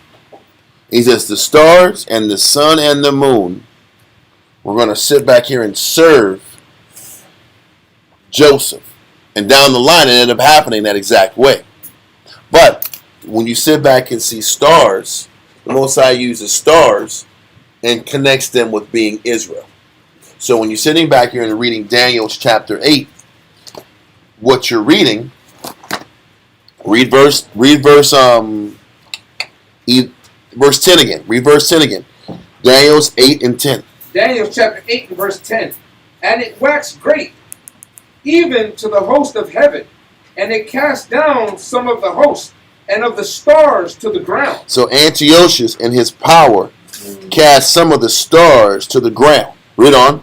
And stepped upon them. And a lot of Israelites died based upon Antiochus' wrath and his hatred towards people. 40,000 died just in the first wave of his attack. An additional 40 went into slavery. So all this ties in. All this prophecy ties in. Read on. Yea, he magnified himself even to the prince of the host. He said he magnified himself even as the Most High. He magnified himself as if he is the prince of the host. He set himself up and he thought of himself as he was a god. That's what Epiphanies means. What does Epiphanies mean again? Anybody? Anybody? Nobody? God manifests. There you go. We said it earlier. So once again, it says verse 11. Read it again. Verse 11. Yea, he magnified himself even to the prince of the host. And by him the daily sacrifice was taken away. He stopped the daily sacrifice. He shut down the temple first. Well, that was second. He took out all, he robbed the temple. Then he sat back here and he stopped the daily sacrifice. Read on. And the place of his sanctuary was cast down. The sanctuary was completely abandoned. And all that you saw was bloodshed around the sanctuary, what the history says. Read verse 12. And a host was given him against the daily sacrifice by reason of transgression. He says a host was given him, meaning an army. He hired an army to sit back here and go against the daily sacrifice. To sit back here and eliminate the daily sacrifice by reason of what? Our transgression. Because we sinned is why the Most High allowed an army ordered by Antiochus Epiphanes, made up of some of our own people as sellouts. Yep, to shut down the daily sacrifice, to shut the temple down. But we transgressed and we lost the ability to serve the Most High because we didn't want to do it anyway. Were you gonna say something? I cut you off. No, that was it. That army was including some of our own people as sellouts. Yes, it was. That let Antiochus in the temple, so he can come in and eradicate it. I'm doing my job. Continue. I'm trying to live, man. Make some money. Get paid. Read on. And it cast down the truth to the ground. And it cast down the truth to the ground. So even before the abomination of desolation actually happened, people stopped serving the Most High. It said when you shut down the temple, the truth was cast down to the ground. Read on. And it practiced and prospered. And what practiced and prospered? The wicked way practiced and prospered. Because Antiochus' plans were working. We were breaking. We were giving in. After all, the strong died of martyrdom. Who was left but the cowards? Who were just surviving and giving in. And daily and week to week, just compromising right from wrong. Read on. Then I heard one saint speaking, and another saint said unto that certain saint, which spake, How long shall First of all, where were these saints speaking at? These are the ones who died. They're not living. Read on. How long shall be the vision concerning the daily sacrifice and the transgression of desolation, to give both the sanctuary and the host to be trodden underfoot? He said, how long is the temple going to be shut down? And how long is the sacrificing and the transgression of desolation, which is the what? The abomination, the desolation, the killing of pork on the altar. How long is this going to happen? Okay, we're going to stop there. Because to be honest with you, I don't have the breakdown of what all those numbers and days really are. So I'm not even going to act like I do. But the question was, how long were we going to be in this state of being broken? No place to serve the Most High. No place to rehearse the righteous acts and be conscious of the Father. How long was it going to happen? Okay. Let that go and go back to Daniel's 11 verse 32. Daniel's chapter 11 and verse 32. And such as do wickedly against the covenant shall he corrupt by flattery. And he says the Israelites that were wicked, the Israelites that didn't buy into serving the Most High anyway, shall he corrupt by flatteries. What did Antiochus do? He offered financial gain and position as long as you did his bidding. So the ones that had no spine and no service towards the Lord were easily going to follow Antiochus' treacherous ways because they didn't have any anchoring and following towards the Most High. So read verse 32 again. Verse 32. And such as do wickedly against the covenant shall he corrupt by flatteries. But the people that do know their power shall be strong and do exploits. So he's like, the wicked were going to cower to these demands and these expectations. The strong were going to do exploits. Now we read about those exploits the last few weeks, like the last 3 weeks. 2 Maccabees 6, 2 Maccabees 7, explain the righteous Israelites' exploits by standing up for what's right despite what they have to suffer. The beginning of verse 32 says the wicked, we're going to sit back here and give in and be wicked. Yep. But when he did it by flattery, that means he had to have an incentive. He incentivized selling out. Yes. We got to reward you. We got to reward you with selling out. Something got to be the benefit. I'm gonna entice you to sell out. I didn't mean to cut you off. I was going to say this. The scary thing is you don't read about the people in the middle. No. You read about the wicked and the ones who died standing up for what's right. The resistant force. You don't read about the guys that want to do right. I want to do good, but I don't want to die either. Because you don't hear about those guys. I really, really want to do good, but I really, really don't want to die either. But I don't know what I'm gonna do. I'm gonna take advantage of this Greek citizenship. I got my paperwork. I'm gonna save up and lock in. I think they were at the Diddy party.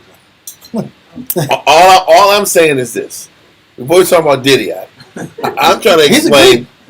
All I'm trying to explain with verse 32 and that he classified them as wicked Or the strong. or the strong. Yeah.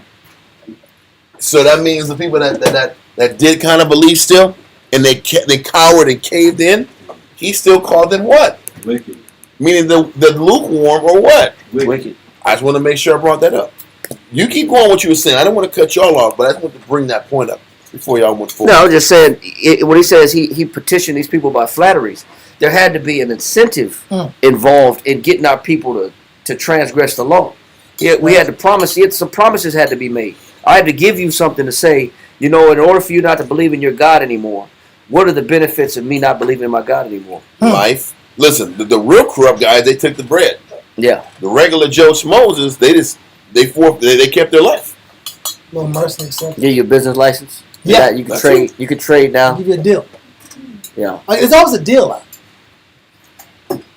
Yeah. Listen, it's a deal, or you get to keep your life. The regular folks that couldn't bring anything to the table, they were granted life. Or you get to go to our school systems. Yeah. You get in our school systems. You can worship like we worship. You're accepted by us. Yeah. That peer pressure is real. honorary, you can be an honorary. Honorary Greek. Yeah. You Kappa, Zu, Phi. That's yeah. Who? Milking. That spirit. That's today. That spirit today. That is. That's never true. changed. It's never changed. Yeah. There's a whole lot of Greek pride out there in them spots out. Because they deal with that Stockholm syndrome. Go Greek. Yeah. So where are we at, Daniels? Verse 33. 32 Not again. not yet. Let's do 32. 33 is later on. Daniel chapter 11, verse 32. And such as do wickedly against the covenant shall he corrupt by flattery. Mm-hmm. But the people that do know their power shall be strong and do exploits. That's phenomenal. The people that know their power accept the consequences of the city failing them and the people failing them. And they took their loss strong with strength. So let's hold this. We'll be going back to this because we got to get through some more verses in Daniel's 11. Mm-hmm. Yeah, listen, I hope we see that Daniel's 11 is a very potent chapter in understanding By itself. the Greek process and the Greek times. So let's get back to 1 Maccabees chapter 1, verse 60 and verse 61. 1 Maccabees chapter 1 and verse 60. At which time, according to the commandment, they put to death certain women that had caused their children to be circumcised. Antiochus wasn't playing. If you sat back here and tried to circumcise your kid on the low, they're killing it. So first of all, what does that mean? What do you think these Greek officials are doing to your children? They're looking at the kids. Yep. They're taking your children and doing inspections. Yep. You have no rights. And like Abadiah said, it is martial law. You had no rights at this time. So they're taking your children after you have them, and they're looking at the kids, and if they're circumcised, the mother's getting tortured. Read on. And they hanged the infants about their necks. So that means if the kid was circumcised, that kid it was an automatic death sentence for them. This is what they did to instill fear in the people. If you leave your kid uncircumcised, they get to live. Why are we explaining all this? To say, listen, a lot of us as young people, we sit back here and we trip. And we get angry about how our parents ride us and put pressure on us. Our people died for these laws back in the day. Oh. And we sit back here and get mad because we can't go hang out with friends on Friday night. We sit back here and get mad because of we try to teach our kids to sit back and follow the law and respect the Most High. We died over these scenarios. We need to sit back and understand why your parents take these laws so serious, why they take serving the Lord so serious. Instead of fighting your parents, take the time to understand why it's important to them. Continue. What verse are we at, sir? Verse 61. Continue. And they hanged the infants about their necks, and rifled their houses, and slew them that had circumcised them. Mm-hmm. Howbeit, many in Israel were fully resolved and confirmed in themselves not to eat any unclean thing. Wherefore they chose rather to die, that they might not be defiled with meats, and that they might not profane the holy covenant. So then they died. God, hold on. Hold on. That's verse 63. Hold this. So it's just talking about 62 and 63. Explain how there was a lot of Jews that held strong to their position and took death over compromising. So let's now go back to Daniel's 11, verse 33. Daniel's 11, verse 33 through 35. What's your question, sis? Con, that's exactly what they felt. You were going to lose your spiritual life or lose your physical life. Which one were you going to lose?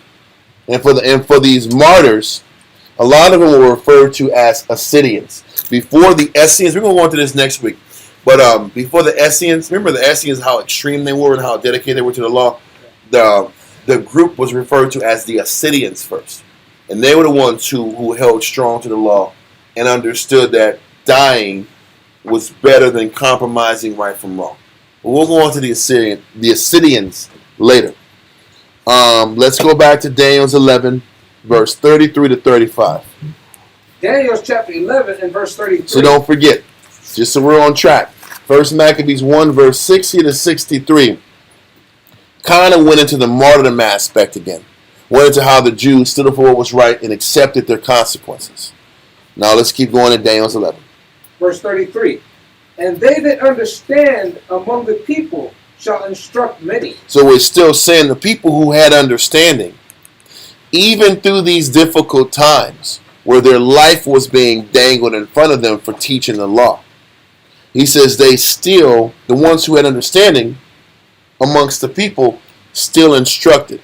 There was still a handful of people. There was still a movement to teach the young people. Despite this Hellenization wave, the people who really understood what was going on didn't stop teaching, didn't stop developing, didn't stop building the youth, and didn't stop keeping the nation strong, despite the reality that a death sentence was coming soon to them. It's a very important thing to understand for us. When we're going to be silenced, we'll eventually be silenced. Do we have the intestinal spiritual fortitude to keep teaching despite the consequences waiting for us? Do we have that in our minds? Read on. And they that understand among the people shall instruct many, yet they shall fall by the sword. It's not like on TV, where it's like Harry Potter Act, and it's resistance against Voldemort Act. They sit back here and resist them, and they win. No. What ends up happening is there's a resistance to stand up for what's right and still teach even when we're not supposed to. And these people end up dying for their belief. And this is a real thing. It's not like the movies. You do the right thing, and a lot of times you still got to go down for standing up for what's right. And there's a glory in that. But let's continue. Yet they shall fall by the sword, and by flame, by captivity, and by spoil, many days. For a long period of time, there was a movement trying to resist this Hellenization. And everybody that resisted the Hellenization still had to die. Read on. Now, when they shall fall, they shall be holden open with a little help. He says when they get arrested, when these Israelites who stand up for what's right are doing the right thing, they're going to get helped with little help. They're going to get protected with little help because they got to go through this martyrdom. This is why when you read in Daniel's 8, these saints were asking how long is it going to take for the people to keep going through these consequences and suffering. How long is this going to go for? But continue. But many shall cleave to them with flatteries. Many, he says, but many shall cleave to them with flatteries. Bogus compromising, lies, false promises. And the truth is they couldn't give in to those false promises They have to hold on to their beliefs regardless of what they have to lose, regardless of what we have to lose. Continue. And some of them of understanding shall fall. He says, some of them of understanding shall fall. This is no getting around this. Even to this day, some of us with understanding is going to have to fall for what we believe in. Read on. To try them, and to purge, and to make them white. And it says to purge.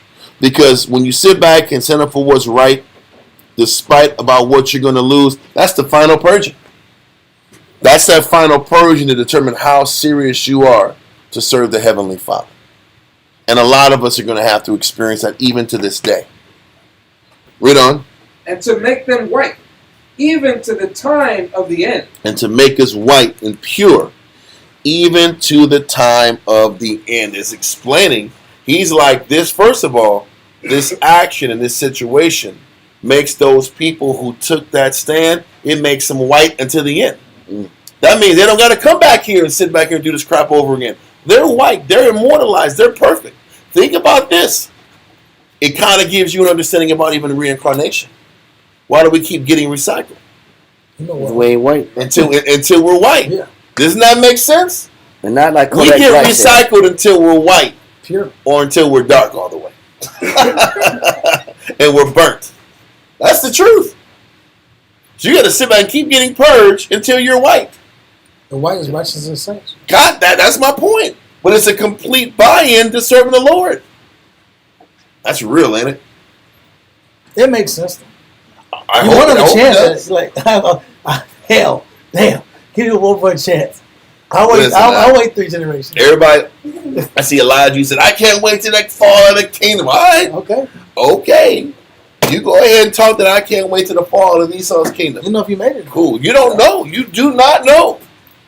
You do not know. Till the righteous shall scarcely be saved. That's my point. They'll barely have a white robe. Sheesh, bro. Read verse 35 again. Verse 35. And some of them of understanding shall fall, to try them, and to purge, and to make them white, even to the time of the end, because it is yet for a time appointed. And this ties into Revelations 2 and 10. I'm not going to go there, but we get the point. We read Revelations 2 and 10 last week. Give me verse 36, and we're gonna finish off First Maccabees 64. Daniel chapter 11, verse 36. And the king shall do according to his will, Antiochus did what he wanted, and he kept rolling and running his course. Read on. and he shall exalt himself, and magnify himself above every god, Because he called himself a god. Read on. and shall speak marvelous things against the most high of gods, and shall prosper till the indignation be accomplished. He's going to prosper until he runs his course, and the Most High is done with him. Remember after he dealt with some business fighting some natives out in the Far East. After he fights these natives in the Far East, I think of the Parthians, he just said, man, when I come back, man, I'm going to destroy these Jews once and for all with the largest army I can do. And right after that happened, Moses said, I'm done with you. Boop. Read on. For that is determined shall be done. And once he runs his course, the Most High is going to be done with him. We'll go on to that part later, but the crazy thing is everything else in this chapter is very simple to understand. But I hope we understand Daniel's 11. We got through a whole lot of Daniels. And that was a really solid information for those of us who want to know about those Syrian wars. Let that go and go to 1 Maccabees 64, and we finish up this chapter. 1 Maccabees chapter 1 and verse 64. And there was very great wrath upon Israel. So now we understand how there was a great wrath on Israel and all the details leading up to the wrath upon Israel. Next week we'll go into 1 Maccabees chapter 2, and we'll go into the exploits of Mattathias and his sons. And then we'll start getting into the good news, man, the fun, the wars and the victories, and when the Most High is backing us again, and we fight to reestablish our nation and get ourselves back on our feet. And the miracles that transpired in those wars to identify and let us know that the Most High was with us. And it wasn't just because Maccabees was the hammer. Yeah. And he was just hammering everybody. Everybody thinks he was just a hammer. It was the Lord was with the hammer. Yep. And you went through yesterday, especially when you went through Phineas. Their blood related to Phineas. Yeah. The Maccabees descend from Phineas' line. Yep. And Phineas was known for being a zealous one that received a token of peace permanently from the Most High. Yep. And he said he would receive an everlasting priesthood due to his zeal. Because he wasn't supposed to be a part of the priesthood because his mother was a nation. But the Most High said, man, I'm going to scratch all that, G. You in. He's the one. You a Jew, G. He's There's a lot of Jews that weren't doing Jew stuff like he was doing. Yep. So, listen, your passport is accepted. Your priesthood process, stamp it. It's stamped.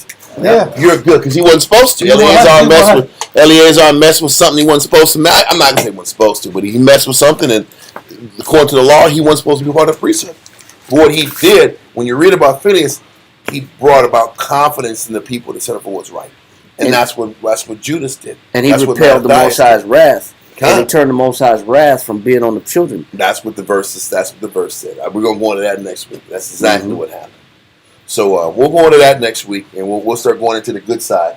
And with all the bad we've been going over bad for like 7 weeks. A little sunshine coming. There'll be some sunshine coming out. Forecast. Non-cloudy sky. Yeah, listen. It's going to be 78 degrees, too. It's going to be 78 degrees and sunny.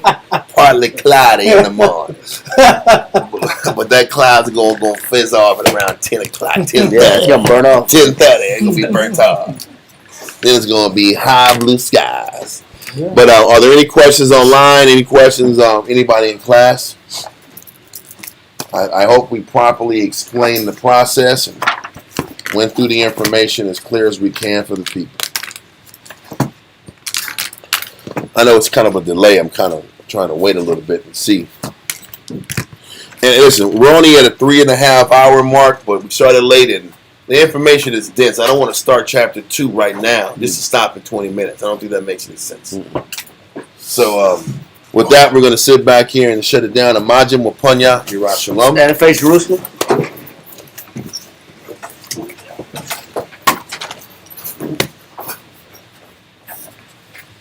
Yahweh. In the name of Yahweh Shai. Please listen to us right now. Send Michael. And the righteous angels. To watch over. Bless. Heal. Protect. And make strong. The people of Yasharallah. Also send unto us. Much wisdom. Much knowledge. Much understanding. Much patience. Much faith. Much brotherhood. And much love. Spiritual power. And forgive all of our sins. Yahweh Shai come quickly. For in thee is our hope. Always. And forever. Amen.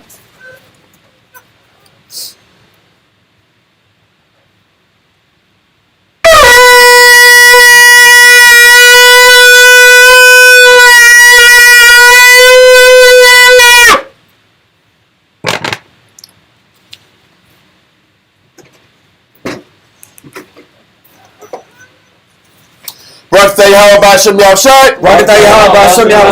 Hawa Nothing Blessed are you, Yahweh, in the name of Yahweh Shai that gives to us the law. Barakatah Yahweh B'Hashem Yahushai. Hawa Nothing Blessed are you, Yahweh, in the name of Yahweh Shai that gives us light to see. Barakatah Yahweh B'Hashem Yahushai.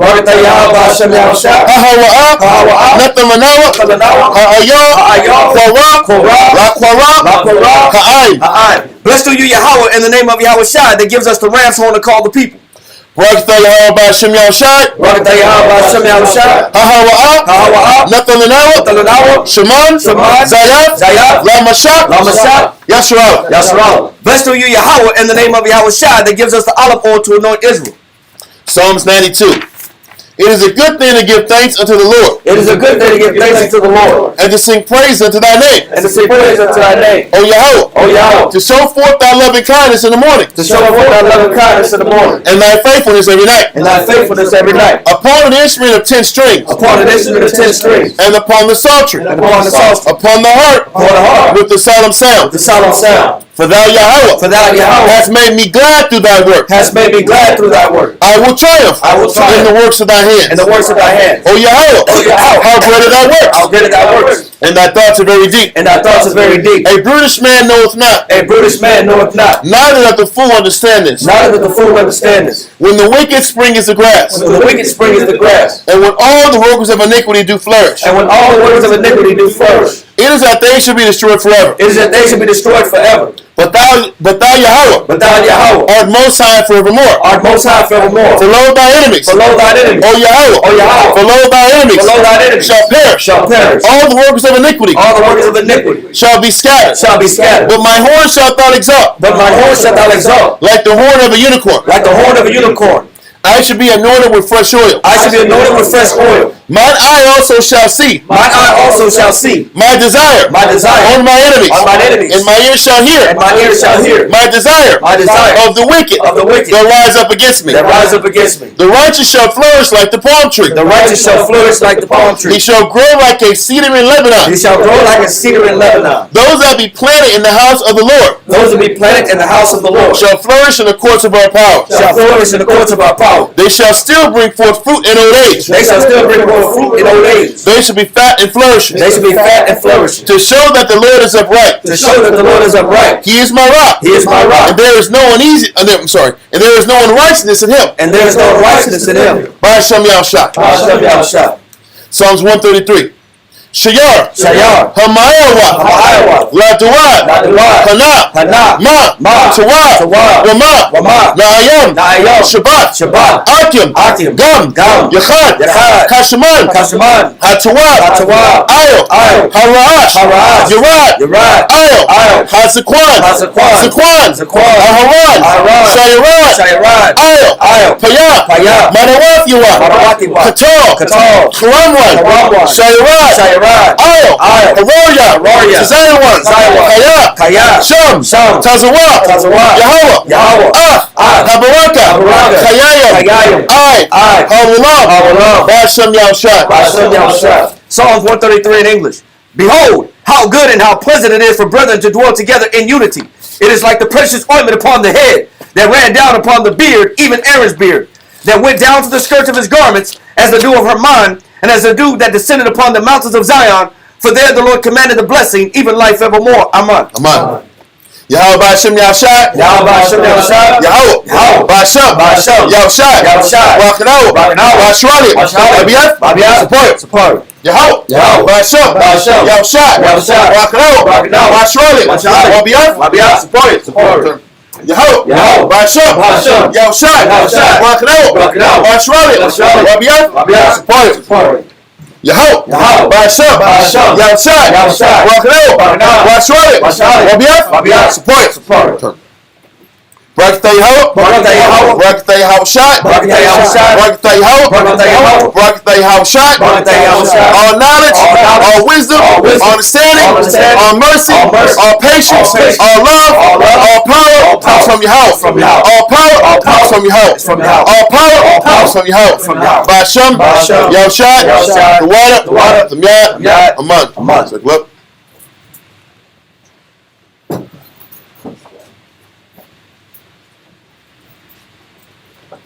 Saluting out in the heavenly order, Yahweh, Wa'al Karsha Allah, Min of Israel, Amajam, Rug, Yahweh Bashem Yahshua Barakatah. Kumi Shalom, Kumi Shalom, Kumi Shalom, Kumi Shalom, Kumi Shalom. Yajimata, to the Faith Sisters, Sisters stand, Benamon Shabbat.